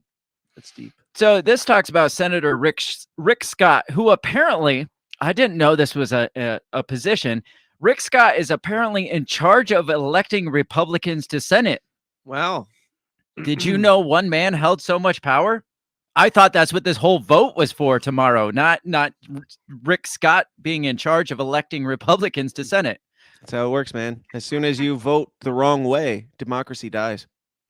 Well, yeah, we'll get there. That's next, because but first we got to talk Medicare, because this is one of the important things on the ballot. So The least Rick interesting Scott, thing on the ballot. right, exactly. His plan would sunset, or as they say, eliminate all federal legislation over 5 years under the risky assumption that worthy laws would be reenacted. So his proposal is, if the law is good, let's just not like create a law that it just goes on forever, because we might find out that law is not necessarily a good thing, and we might want to back that off at some point. So we should put sunset limits on these Medicare and Social Security laws. So every 5 years, if it's a good law, obviously we're going to revote for it and make it happen again. That's what he's saying. But obviously they had to throw in the part that Scott is planning on eliminating it after 5 years because they're MAGA Republicans. So this is Democrats saying that the Republican is trying to eliminate this every 5 year thing? Yeah, no, they're trying to eliminate Medicare after 5 years because he wants to put Scott, the guy in charge of electing Republicans, proposed we put a sunset every 5 years on Medicare laws. So we have to, I don't know, keep it accountable and revisit it every couple of years and say, hey, is this working or not working? Instead of making it a permanent law where it's basically you got to pay an arm and a leg to get it taken out if the law fucking sucks. I don't see a problem with that at all. And they should do the same thing with politicians. Yes, that too. And Rick Scott. Yes. I don't have a firm stance on this personally. I don't. It's probably for the better. I would have to hear a debate over why we need this. It's probably for the best that every so often we look at government power and say, do you guys really need to keep doing that? I'm all for that. There's a part of me that's like, seems like what you're trying to do to some degree is make up more reasons for you to have a job, like more things for you to keep yourself busy or whatever. But if they're distracted, focusing on, do we need these old laws? I think that's probably for the best, because it's probably best that they're doing nothing at all. So if it distracts them for a bit and they might repeal some laws, it's That's fine. I'm for it. I mean, So the whole point is that they have this week at least made this one of their top talking points over even the abortion shit is Republicans want to eliminate Social Security. Republicans want to get rid of Medicare. So abortion ain't working. It's not giving them what they thought they were going to get. yes, exactly. It's just the fact that this one little blip that he has in a proposal of, hey, let's maybe revisit this every 5 years. That's what they have that they're using as one of their main talking points this week, coming down to the final day before election. They're like, they want to get rid of Social Security. It's like wow, that's a trick we haven't seen since the 60s. Yeah, no shit. But I mean, they're kind of, I mean, that's a huge reach because, I mean, nowhere in the sunset clause, whatever, does it say, oh yeah, let's get rid of Social Security and Medicare too. I mean, that's just if it did, I'd be all about that. But yeah, right. So I'm skeptical. I mean, we all fucking know that there's not going to be money there for us anyway. Right, yeah. So why do we care? Why does I don't. I mean, they're just trying to get the old people votes at this point. They're like, I say push grandma over the cliff. Yeah, I mean, whatever happened to like back in the Viking times where they had them just like go jump off a cliff when they got too old to manage. Give them a sword, send them off to fight the wolves. There you go. I mean, that's the platform I'm standing on. The senior citizen care is just leave them to the wolves. Dan, what's your solution to the senior citizen problem? Start with Fetterman. Dan? Wait, hey, I'm unmuted now. Okay. I like your idea. I like feeding old people to the wolves. I think that's a good first step, and it would clear up a lot of the Social Security issues. I think we might be able to put them to even better use. The wolves can find food; they can fend for themselves. We should probably just feed them intravenously to the young, because that would give the young an elderly spirit, just in the same way that we feed the blood of the children to the elderly to keep them youthful. I mean, it's just a give and take. They got to give some things back too. And it would give the kids wisdom. It'll give the elderly longer life or something. Yeah. No, I don't know. If we eliminate all the old people, that just means the young people are going to. It's like when a dad dies, the 12-year-old boy now has to be the man of the house. Yeah, is that even still a thing? Can you say that anymore? Can you say the man of the house? No, I don't think you can. I don't know. I think that's very assumptive for that. They have to mature faster to be able to fill those shoes. So if you get rid of the old wise boomers out there, then maybe that fixes all the problems that we have right now. But then what would we do about the Walmart greeters? We lose all those. I don't know. It's all and the politicians. I mean, come on. Who's going to run this country if not for the fucking dying elderly people that are running it right now? That have all our best insane. It's insane how firmly their grasp is on power, that they are not willing to let anybody of any slightly younger generation below the age of 75 do anything around here. Is that not like the ultimate boomer mentality? Yeah. Like the ultimate kids these days mentality. It's like kids these days can't run this country. So we gotta stay. We gotta stay until we get a young buck like John Fetterman, who looks like he's an ox with a mental retardation. That's our young vote now, and he wears a hoodie to cover up his massive goiter that's controlling his brain. So he's young and hip. Hello, fellow kids. I think he's sponsored by Carhartt because he's always wearing a Carhartt hoodie. But I saw one interview on like CNN or something where he's sitting down in like old man shorty shorts and his Carhartt hoodie, and his legs are spread open. I'm like, dude, this is not the view that of the typical politician. I mean, maybe he's going for the spreading for justice. Yes. So let's move ahead because for Fetterman. That's the new slogan. What's your thoughts on the Fetter spread? Have you noticed on Twitter the switch in this shift in Democrat rhetoric towards the whole the super push for vote blue or democracy is going away. Like in the last week and a half, it has just ramped up. And apparently, according to this article, they changed their message last minute to be this: democracy dies if you don't vote for us. Is it smart to switch your message in the last 3 days before an election? That depends. It depends on what your message was before that point. Depends on if it wasn't working before, because if your message before that was like trans all kids if they survive the abortion at any age up to the age of 2, then yeah, maybe going with if you vote wrong, democracy dies. Yeah, I mean, as stupid as that is, it's still less stupid than what they were going with. Right. Well, before you popped in, before their top speaking point was character. That was their top platform. Character. Vote for character. And it was just like, what does that even fucking mean? Tell me you don't have any platform without telling me you don't have any platform. Right, exactly. That's what I feel about democracy at stake. You have nothing to speak on. So let's just throw democracy out there because everybody loves democracy. Right. And if democracy dies, then that's bad, right? Yeah. And democracy. I just need to know, what are the steps? I mean, everybody votes Republican.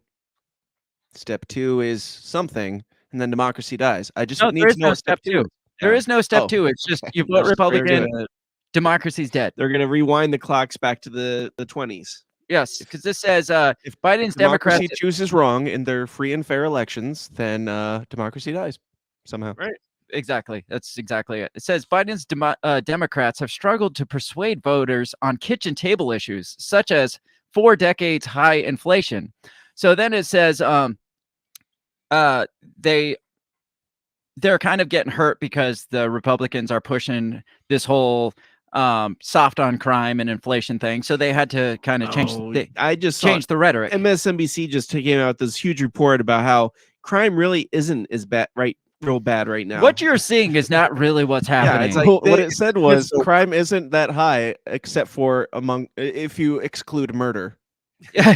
So excluding murder, crime is not up. It's not so bad if you take murder out of the take the worst crime out, then crime's just fine.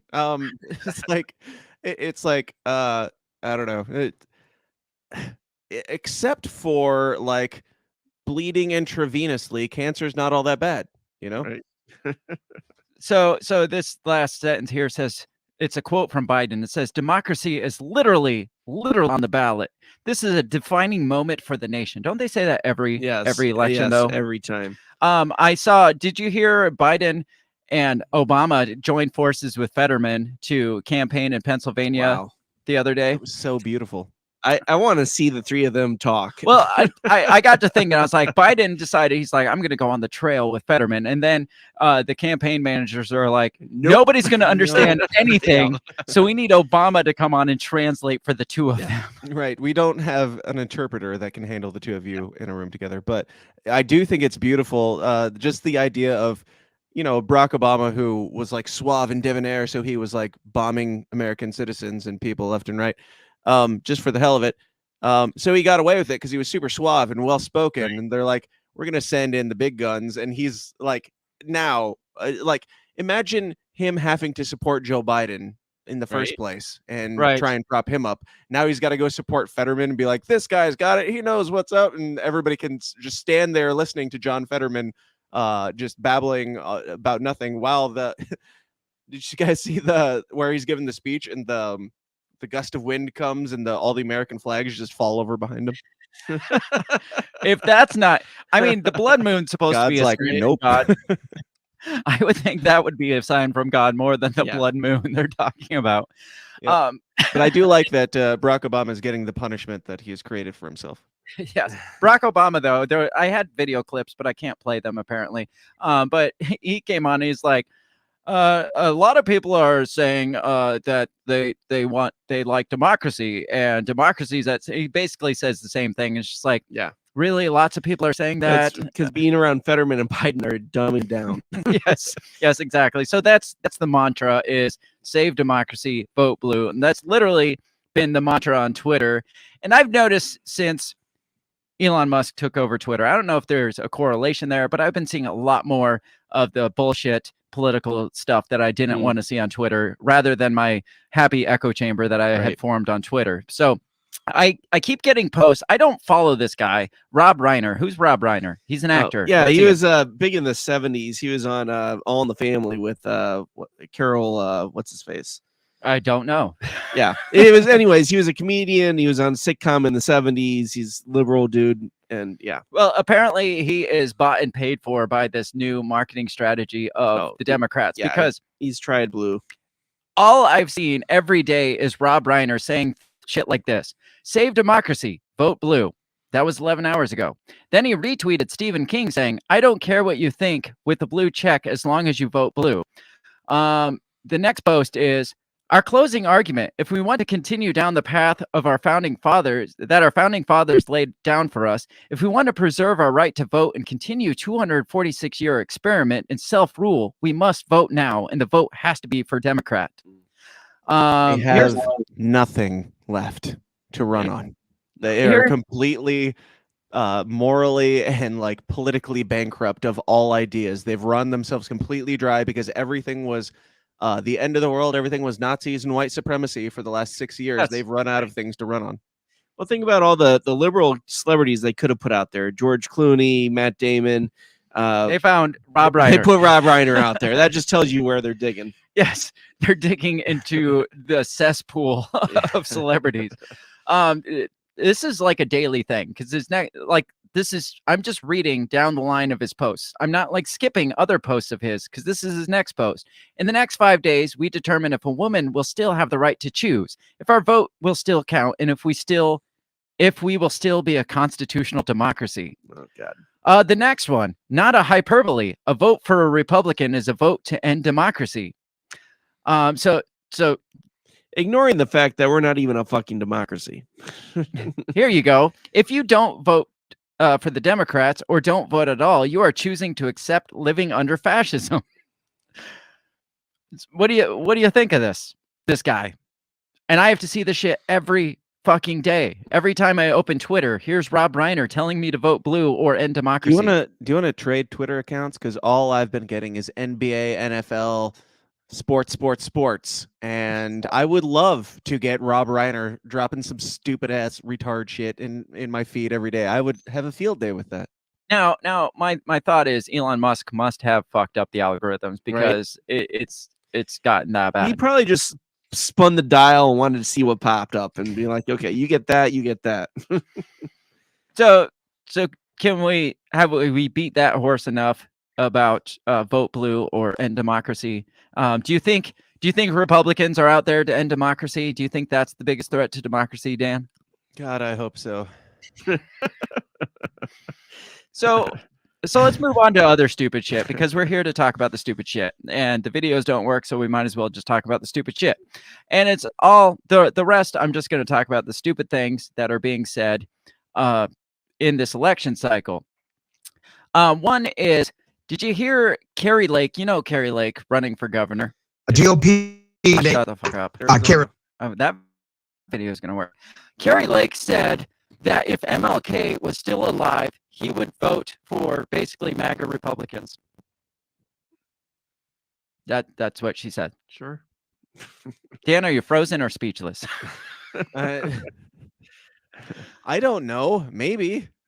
I don't know what MLK would have voted for. I don't care what MLK would have voted for. I think that's a stupid thing to say, because you have no real evidence of that. But yeah, he might have. I don't know.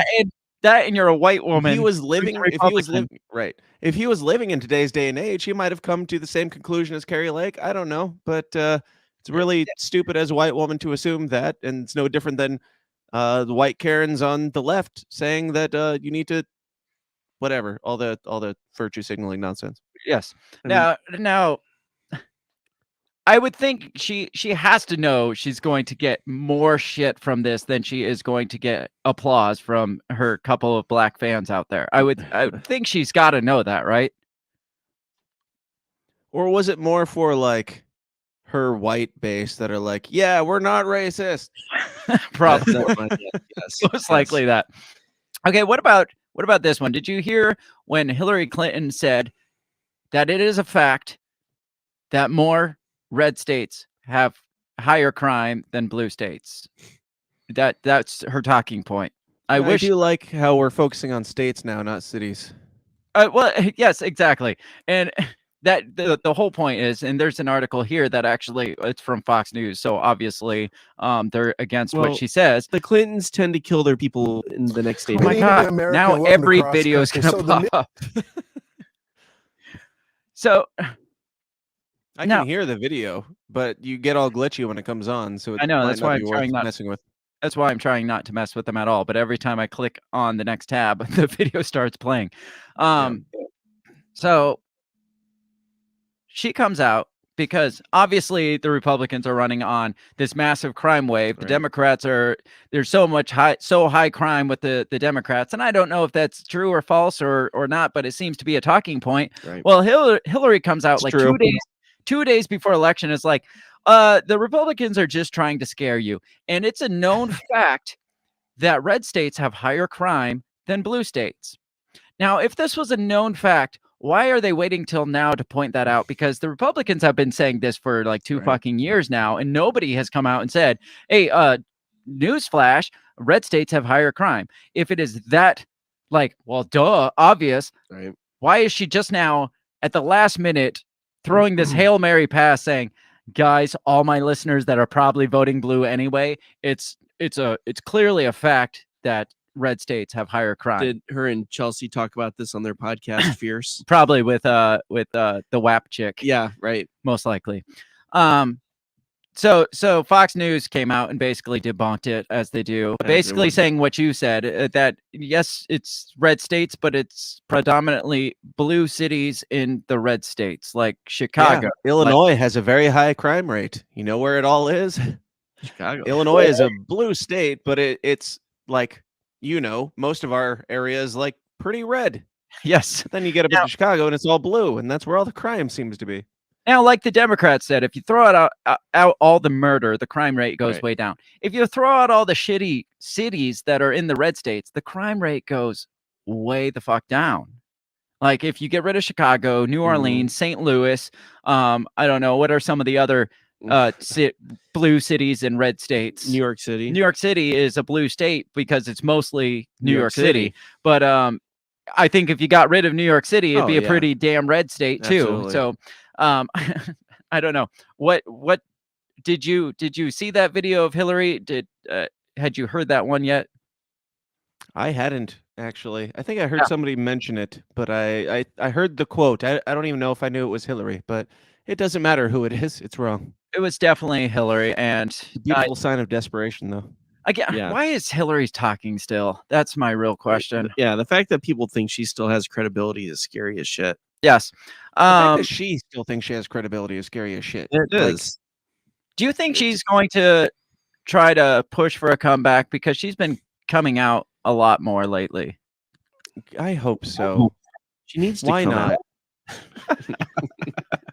Yes. I mean, Bernie's still hanging on for dear life. Biden's still kicking. Like, all these people are just going to keep going. They're going to keep trying until they die because they literally have nothing to live for other than trying to obtain power. So why wouldn't they?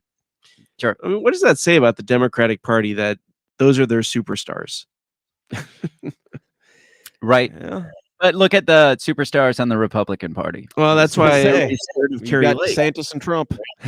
Yeah, right. Who hate each other, by the way. Yeah. As of now, they're like, the Democrats are coming out and saying that DeSantis is basically a Trump puppet, but Trump is bashing on DeSantis, and DeSantis was bashing on Trump this week. So I'm not sure how that plays out for them, but yeah, it's what does it say for our society that this is all the superstars that we have all across the spectrum? Yes, that right. between all the Democrats and all the Republicans and the millions of people in this country, like the most spry and young and agile is like a Beto O'Rourke dork. Like that's it. Like that's your new Barack Obama is Beto O'Rourke. I'm holding out hope for Ye.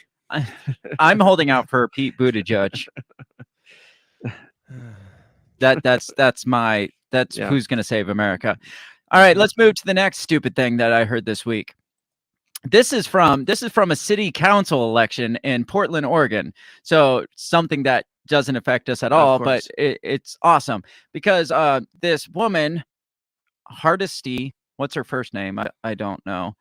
That's a hardest. Her name is Hardesty, though. She told her voters that this election will determine if Portland moves towards a more humane, anti-racist future, or if we will slide back into Oregon's white supremacist and classist history. Now, how could Portland be more anti-racist than it already is? So, Isn't that where Chaz was? Yes. What do you want? Now she's basically saying, if you don't vote for me, we're going to slide back into racist white supremacy. Do you know who she's running against? And now, remember, this is city council. It's not supposed to be like Democrat, Republican in the first place. It's just a person running city council on their own morals. But the person she is running against is Latino. And he's a staunch Democrat, no less. Of course. His name is Rene Gonzalez. It says his website says he's a lifelong Democrat, firmly pro-choice, pro-gun reform, and committed to a city where families of all lifestyles are welcome.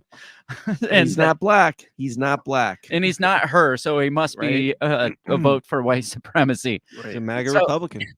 Yes. So again, politics are stupid. Yeah. And they're all just talking points. And everybody down to the local level has got to the point where it's like, if you don't vote for me, you're voting for white supremacy or communism or something. Eating each other alive. Yes, exactly. It's like they're both supposedly on the same side here, and they both supposedly support the same things. But because it's not her, she's regurgitating these talking points of, well, do you want white supremacy in this city? And he's like, I'm fucking Mexican. His response was, be better, Joanne. I'm a proud son of a Mexican migrant worker, married to a Latina woman, raising 3 biracial children, working towards a city that doesn't judge people or candidates based on their race. The election is about restoring... Called Larry Elder the black face of white supremacy. Like, that was the best they could come up with because he was a black Republican. Who called him this? The media called Larry Elder that, who is a very prominent media figure in California. Yeah. They call a black man the black face of white supremacy. Yes. And but the Republicans are the racist ones here? Yes. Well, that's the thing. He's a Republican, therefore he's a racist, but he's also black, which makes it a little bit of a conundrum. So he's got that internalized racism. So he is the black face of white supremacy. He's an Oreo. Oh my God. And this was like 2 years ago when Gavin Newsom's shit was going on. Yeah, when Gavin Newsom was being recalled, he ran for governor. I missed that so much. How did I miss that? All right. We're running out of time. We got to get through more stupidity. I wish I could play videos, but I can't. Joy Reid. You've heard the recent from Joy Reid and inflation, right? How nobody's ever heard of inflation before Republicans brought it up as a MAGA talking point. Yeah, she's like, we get it. You're stupid. You don't have to just go out and broadcast it. We don't all think the same way as you. Now, yeah. So the video, she says that had anybody before now, a while ago, the only people that ever uttered the word inflation was journalists and economists. And so it's weird that Republicans are bringing up this word that's not, she says, common tongue to like the common folk here. Common tongue is less common tongue than inflation. Inflation, yes. Now, does she really think it took a Republican to tell us that things are more expensive now than they were 2 years ago? Is that what she thinks? It's just like, man, if it wasn't for all these Republicans, you wouldn't even know that things sucked right now. So damn these Republicans for pointing out the fact that shit sucks right now. To be fair, Joy Reid is only like 52 years old, so they haven't had really bad inflation since she was a little kid, and so she probably doesn't even know what inflation is. No, now. Well, yeah, now. We can all see it in real time, but the thing that amazes me about this is that like the media always calls us stupid. They always insinuate that we're stupid, but this is like proudly declaring that she's very stupid. Yes, but she's like, I've never heard of this inflation thing before, and you guys haven't either, right? Like, no, we all have actually, you dummy. You imbecile. But the ignorant slut. the fucking stupid the worst part of it is 8 months ago on her show, she was defending inflation and saying, we had this pandemic and people were sitting on all this money, and then it opened back up and people wanted to buy a bunch of stuff and the supply lines couldn't keep up with it. And we have this thing called, and she said this, we have this thing called inflation. So she basically gave Inflation 101 8 months ago on her show. And then I'd love to hear last Joy week, Reid's Nobody watches her 101 show. on inflation. I Yes. would love to hear that. That's basically what I said is exactly how she explained it. But she has the audacity to say nobody had heard of inflation until the Republicans brought it up. It's like, bitch, you were explaining what inflation was 8 months ago, defending inflation. And nobody watches her show. Right. She's That's saying fair. that nobody watched when I described the thing. Nobody's ever heard of this thing that I've told you about before. Now, what does it garner votes by explaining to the general populace that they're all fucking stupid? Feel like that's they try that every year. Yes, Gavin Newsom did it during Yeah. COVID. It's like, you need us to explain to you what's going on You because don't you don't understand. understand what's happening right now. I'm going to play the devil's advocate here because I Okay. like to. Do you think she's wrong? No, I mean, yes, we know about these things and the minimal stuff about economics and inflation, how that stuff works. But the general public, the reason why she feels comfortable saying this is because she's not really that wrong. And most people will hear it and be like, yeah, I didn't really understand inflation either. So thank you for validating my stupidity. I don't feel as dumb now because you said that we are all as dumb as I am. But I think she might be right. She Yeah. probably is right. But again, like, how does it work towards your campaign to say, you're stupid, you should vote for me because I'm not as stupid as you? Or you I should don't know vote for how this- it helps them other Yeah. than convincing dummies that things aren't so bad. But I don't know how you go to the gas station and see that it's, higher than it was before. Like, Right. you can see the effects there. It's not that subtle anymore. I don't know how many times you have to buy a loaf of bread for $7 before you're like, hey, this didn't used to be $7. Yeah. I mean, a carton of eggs the other day was like $6. I'm like, that's crazy. that's really expensive. And then we accidentally left them out on the counter. Oh And no, yeah, I just burned $6 through my pocket. Man. And so, not in a good way. yeah, I was just like, we should probably You did eat that these with me anyway. recently. What's a little salmonella for $6? Yeah, this is a $6 gamble we're playing here. it might be worth it. It's like cookie dough. Just go with it. Yes. So, I don't. I fuck bet it. I can see people being like, oh yeah, she's right. They don't. Well, The Republicans are trying to bait us with this inflation shit. Well, the Yep. thing is, the only people that are watching her show are the people that are voting against Republicans anyway. Right. She's on This is true. MSNBC. This is So true. it's not that she's going to convince a Republican or somebody that might vote Republican, hey, it's not as bad as it looks. No, it's basically her just reinforcing her base, Yeah. saying, I know you're following us, and just keep following us because they're stupid. Well, that's and you're telling stupid. too, though, isn't it? If she she has to know that predominantly the only people who are going to be watching her show already agree with her, but she still feels the need to remind them That that they're they stupid. need to vote in the way that she wants them to. Like, Yes. that's pretty telling. Like, she knows that even her own base might be swayed the other way because things have gotten that bad to where she's like, things aren't that bad, actually. And remember how you agree with me. Just keep agreeing with me and vote blue. That's all you need to know. But isn't that the same on both sides? I mean, who is Sean Hannity or Tucker Carlson really convincing to switch their vote? Right. I mean, it's not like Right. some or a Democrat's going to be like, oh, Tucker Carlson said a thing, I'm going to vote Republican. He was right. No, they're just like getting their own base, like it's a big circle jerk for their own base, and it's hilarious to watch because it's like you see Tucker Carlson or you see Joy Reid or who's the other MSNBC Come chick? on, Is though. she- You can't really compare the two. Can you really compare the two? Like, Tucker Carlson definitely has more people outside of the Republican sphere that are willing to listen to Tucker Carlson's take than Joy Reid, because Tucker Carlson has had some times where he's been right. Right. Joy Reid hasn't had those. She just has people that agreed with her the whole time, and she was never like right and picked up people along the way. Tucker Carlson's been right and wrong here and there. I don't trust him, but he's been right on some things. And as a libertarian, I'm like, yeah, when you're right, you're right. That's all that matters. Joy Reid isn't right. ever. Now, So how about Sean Hannity and Rachel Maddow? How about Oh. that? Far right, far left. How about two sides of the same coin. Yeah. Okay, so we'll use that for an example then.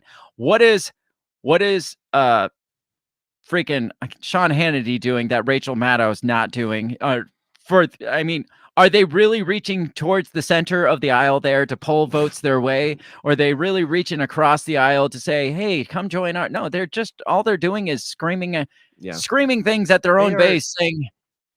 They're screaming whatever they can to maintain their ability to keep screaming the things that make them the money. Like, it really has nothing to do with... I don't even believe that these people care that much about the politics. They just believe that if they say these things loud enough and angry enough and get people riled up enough, then their numbers keep going. And Rachel Maddow still has a job somehow. I mean, it's kind of similar to Donald Trump. I mean, is anybody going to vote for Donald Trump that wasn't already going to vote for Donald Trump? Why are they spending all this money on campaigns in the first place when those people are going to vote for them anyways? Yeah. And they're just going to say stupid shit. And people are going to be like, yeah, I agree with your stupid point. I'm going to continue to stupidly vote for you because you had a stupid point and I'm stupid. Well, like I said, some of these candidates, they're not even trying to like connect with people. They're literally just saying, I am the Donald Trump supported candidate, and that's all that matters. Like, I'm kind of glad because you're at least not wasting a bunch of... I'm sure they're still blowing money on something else, but they're not blowing money on trying to convince people of things.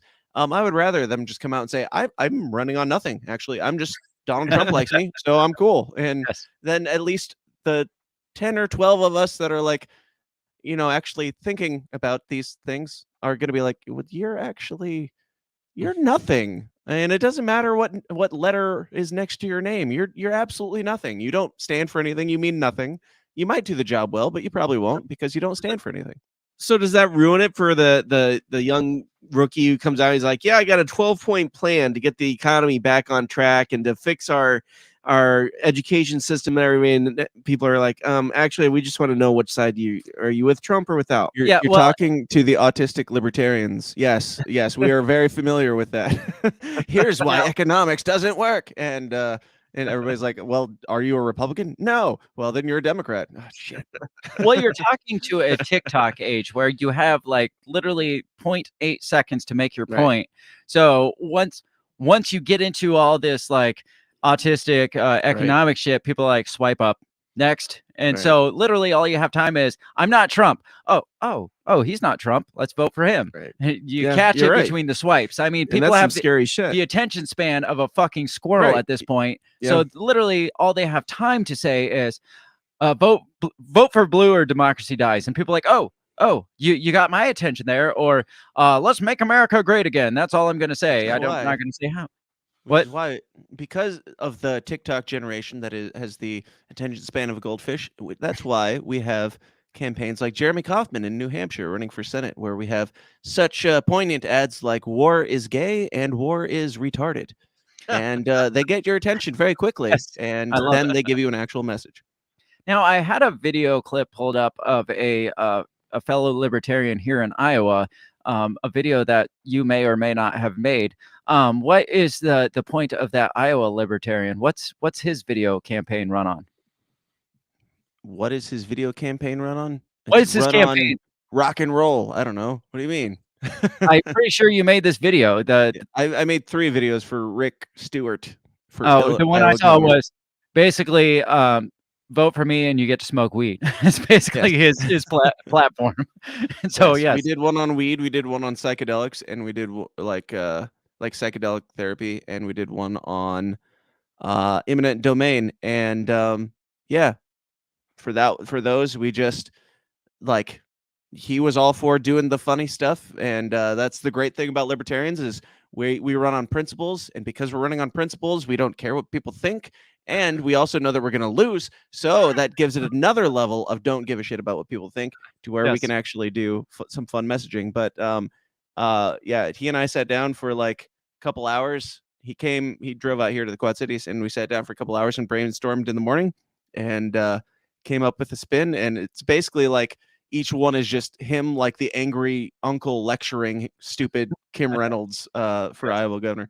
Like weed grows in a ditch right there. Corn grows, we can grow corn. Weed grows, why can't we grow weed? That's basically Yep.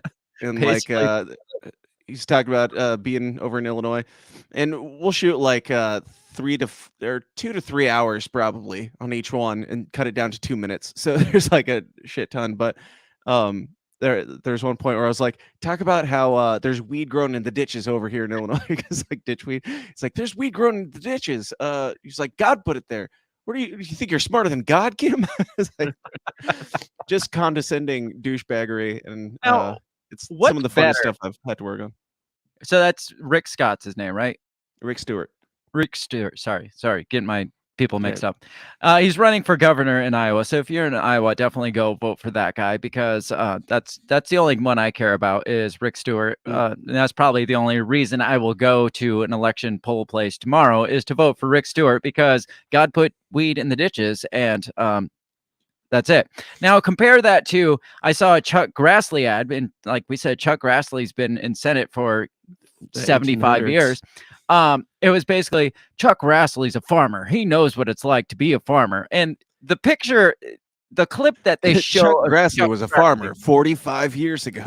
Yeah, right. The clip that they show when they're saying how much of a farmer's farmer Chuck Grassley is Chuck Grassley on a brand new shiny riding lawnmower in dress slacks and dress shoes, like driving a never been touched rider lawnmower before. It's like, you convinced me Chuck Grassley must be a farmer. Chuck Grassley visited a John Deere pavilion and took this photo op. He was a farmer, though, when he was a wee lad, so he knows the value of hard work. Chuck Grassley mowed a strip of lawn that one time in a video. You should vote for him. Yeah, right. Yep. So the last thing I want to talk about, this just popped up today. I saw instant. Happy 9/11, by the way. Is that what time it is? Oh shit. Yeah. Happy 9/11, everybody. I saw instant outrage against Elon Musk today, and I'm like, oh my God, what did he do now? Because the first thing I saw was some guy who had a blue check mark that I don't care or know who he was said, I am never going to drive a Tesla again, and I am considering leaving Twitter. That was his outrage. I'm just like, oh, what did Elon Musk do now? This is what Elon Musk said today. Elon Musk told independent-minded voters to vote for Republicans for Congress. It's not the first time he said it, I don't think. It's like probably a year not, ago. but that's what the outrage is over. course. And that's the title. Musk tells independent-mind voters to vote Republican for Congress. Here's his reasoning. It's not because he's a MAGA Republican. His reasoning is shared power curbs the worst excesses of both parties. Therefore, I recommend voting Republicans for Congress, given that the presidency is Democrat. I mean, It's logical. yeah, the balance of powers, the Constitution was founded on was power balance. And he's just like, it's probably not a good idea to all be on one side. So maybe we should have one side on one and one side on the other. And people are like, oh my God, he supports Republicans. He supports the end of democracy. Dun, dun, dun. Now he came on to defend that and said, I primarily vote Democrat all the time across the board, except for this year. So I don't know what you're saying, but that doesn't matter, Right, because Yeah, he did said, say like 6 months ago, like I've always voted Democrat, but now I'm going to vote Republican or something like that. I don't remember what it was over at the time, but pretty much he did what he said he was going to do. And it's not because I mean, maybe he is a MAGA Republican. I don't know. I doubt it. But no, maybe he just likes money and he knows Republicans will make him more money. And so that's why he's saying vote that. It's probably self-serving. Oh, yeah. But the fact that everything Elon Musk does is self-serving. yeah, absolutely. So what do you think about this outrage here? Is it founded outrage? I mean, it's not founded outrage. I don't give a shit what Elon Musk says. I think it's stupid to be offended by him saying that. And I think it's stupid to care, like, for Republicans to be like, yeah, go Elon. Like, I don't trust Elon Musk. I think that he's a snake oil salesman with a lot of money. And I I don't know. I don't know how many times you can like warn us about AI and keep making brain chips for people, and then like talk He's about He's gonna making take over. He's making the brain chips to fight the AI, the bad AI. He's making good AI to fight the bad AI, obviously. Right. Yes. And even like with the stuff that came out last night with Kathy Griffin and Ethan Klein and all these Democrats getting banned from Twitter, there's a part of me that's like, I don't think that's necessarily a good move. And Right. also I find it fucking hilarious. So like it's a toss up. Because I don't like these people, and I like that they're not talking now. But and looking into it further, I know that what Kathy Griffin said, like she basically changed her name to Elon Musk, and she had a blue check, and she had her Facebook or her display picture changed to Elon Musk, and then she said something like, I don't know, something about Elon Musk or something, and made it sound, it was really bad, like something about stock trading or something like that. But Sure. it makes sense for him to like temporarily like kick her off and say you can't do this, but he's been on this tirade, I guess you could call it, with several prominent Democrat figures who changed their name to Elon Musk, getting kicked off for having a parody account, technically, that didn't specifically label itself a parody account. Mm-hmm. And all these people, like, I'm torn because all these people are people who praised like Alex Jones and Milo Yiannopoulos getting kicked off of Twitter and everything back in the day. And to see them go, it's like, yeah, but I don't want to be the same where we're like celebrating this guy who, like, the whole reason why he said that he was going to buy Twitter was because Babylon Bee got kicked off for some parody shit. And now he's going to be like, well, you're not allowed to have a parody account, actually, without specifically labeling it a parody account. Also, he hasn't brought back Babylon Bee, which I think is pretty sus. Well, it kind of seems like he's throwing like the tantrum of like what's the young king on Game of Thrones? Oh, Joffrey. Yeah, it seems like he's gotten a little bit of power and he's turned into a Joffrey, because I thought he was kind of cool being a Twitter troll. And then when he took over Twitter, it's just like, well, that's fine, but don't troll me because I am the king, and don't make me look bad. And it's, I think I've got a worse image of Elon Musk since he took over Twitter than now. But we're not really here to talk Twitter. We're here to talk about the election shit. I find it ridiculous that the outrage that they're making. Somebody's not going to buy a Tesla now because he said vote Republican. It's freaking insane. Like Elon Musk is probably shedding a tear for him right now. Yes, Elon Musk is like hurting for money desperately, and he needed your sale. It was funny though, because he posted this on Twitter. And he's like, I'm not gonna buy Teslas ever, and I'm considering leaving Twitter. It's just like, if you were that outraged, just fucking leave Twitter. Yeah, right. Like, Don't make a big production about it. Yes, I've always loved Elon's trolling, and there was somebody who did something like that. I don't know, it was a couple of years ago. I did some digging into Elon a while back, and there was one guy who came out and said that he wasn't going, like, he was going to cancel his like pre-order of the new Tesla or something like that over some outrage bullshit. And the next morning he woke up and he had received an email that said that his order had been canceled, like without him even doing it. They were like, no, you're not allowed to buy this now. Like that type of stuff. I'm like, that's pretty great. That is pretty awesome. But it's all stupid. It's all bullshit. At the end of the day, tomorrow is election day. Dan, what is your advice to our listeners tomorrow for election day? What is your profound libertarian advice for tomorrow? What should we do? First and foremost, my most profound libertarian advice is to go listen to Two Scoops Morning News tomorrow morning at 7 a.m., where we will celebrate the end of democracy and the blood moon simultaneously by drinking the blood of children. But my actual advice would be to, I know the expected advice would be to vote libertarian. I actually had somebody message me earlier who was like, hey, I voted today. He voted early, and he was like, there was a surprising amount of libertarians on the ballot, and I voted for all of them. And I was like, well, cool. I actually did some research today, and I realized that one of the libertarians was like pro-vax,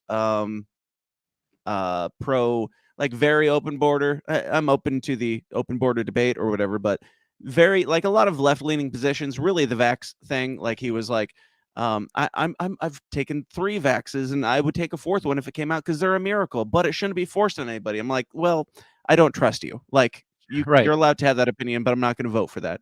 So like my opinion or my recommendation would be don't vote down ballot for anybody.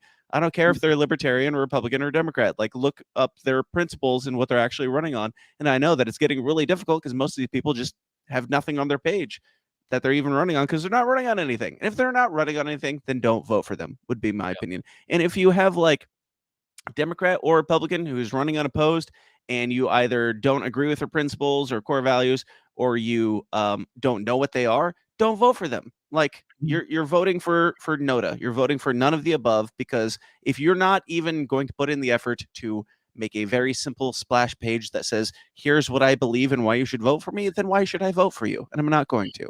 So vote for who you actually believe in and don't vote for who you don't. Last question. If you had to write in anybody on any ballot as a write-in vote, who would it be and why? So just one anybody libertarian to rule them all is what you're saying? Not even it doesn't even have to be a libertarian. Anybody that you're just like some people are like, I just wrote Mickey Mouse and everything. It's like, why the fuck did you even go to the like drive to the freaking polling station then? Anybody, I know at least one person in the world has written me in for president on an actual presidential ballot. And I'm fine with protest votes. I think that libertarianism is generally a protest vote. If I were just going to like write somebody in, if my hypothetical made up figure that I was going to write into anything at right now would be Jeremy Kauffman because I'm working on his campaign. Could also be Spike Cohen. And they're very different people from each other, both Jeremys. I have one Jeremy Kauffman on one shoulder that is like the devil, and then I have Jeremy Spike Cohen on the other shoulder, who's like my angel. And they both appreciate my sense of humor, but they don't necessarily appreciate each other's sense of humor. But yeah, I would write in probably Jeremy Kauffman at this point, just because he's actually running for something, and he's right. He's correct on most things. And because war is gay. Because war is gay and also retarded. And also retarded. Bill, write-in vote, like who would be your ultimate write-in vote? Actually, I do this all the time because I get pissed that I don't know exactly what the judges that are running because they don't tell you what the judges do, right? Yeah. And when I'm in the booth, I don't have time to like Google them. Yes. Right? I just write myself in. It's fair. That's because I believe in me. That's the definition of a sociopath there. You will make a great politician someday. Yes. My write-in vote tomorrow, if I choose to write in, I'm going to write in Joe Biden for every position because I want to see his confused brain if he actually gets elected to some like low like city council position. He's what about like John Fetterman? Ooh, that's a good one too, though. Another question is, do you would you rather have Oz win or would you rather have John Fetterman win? Because frankly, Oz isn't good enough for me to care that whether he wins or not, he's just the same as everything else. John Fetterman being in there would just be. I want to see Fetterman's acceptance speech when he gets up there and he's just like, "I like ice cream."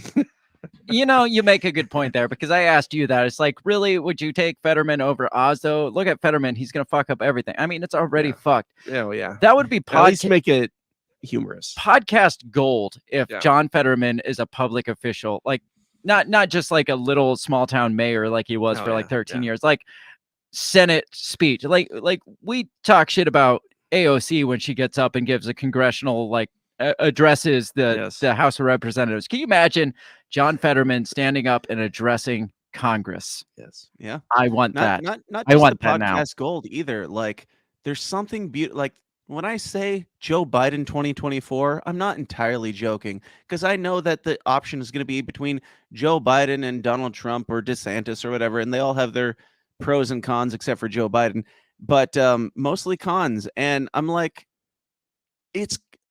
there's something about me that loves the Joe Biden presidency. Like the longer it goes on, it's like you guys keep having to own up to this thing. You guys keep having to eat crow every single day and backpedal, and like it's just beautiful. I want to see them try and prop up Joe Biden for 4 more years Yes. John Fetterman in there with him. Yes. Like make Biden them Fetterman ticket. the only reason that they will run Joe Biden at this point is because they know that Kamala Harris is somehow worse than Joe Biden's corpse. And that's the only other option that they have right now. So make them keep owning it. Make them keep eating their shit. That's fair. But I Yep. do want to see a Biden Fetterman ticket in I think that would be 2024. amazing. Absolutely. Yes. I mean, just imagine the any sort of like speech, anything where they're both on stage at the same time. First of all, the person that gets tasked with being their sign language person, that's got to be hard. That's Yeah. got to be fucking hard. You'd see them blow their brains out on stage. Teleprompters, absolute garble. Nothing. I mean, the whole thing just goes up in the flames that we want to see it anyway. That's so true. So let's do it. Let's make that happen. Everybody here, go vote Joe Biden and John Fetterman in 2024.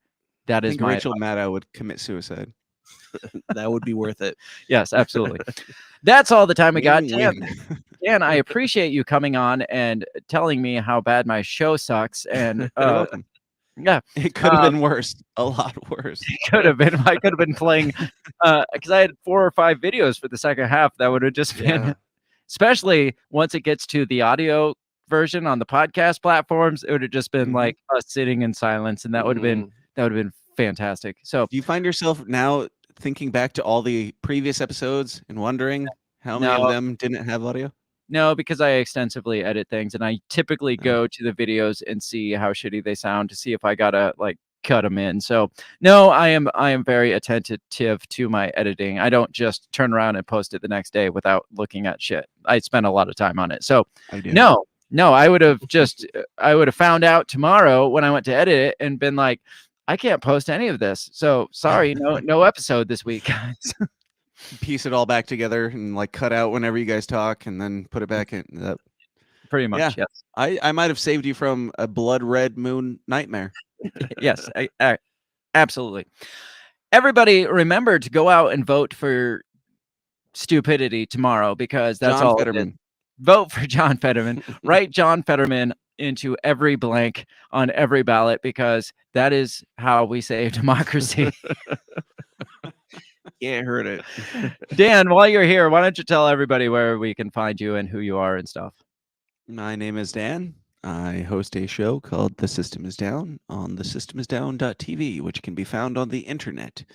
You just push the power buttons, the circle with the line through it on the back of your computer, typically, and then you wait for it to boot up, and then it probably won't work if you run off of a PC these days. Yes.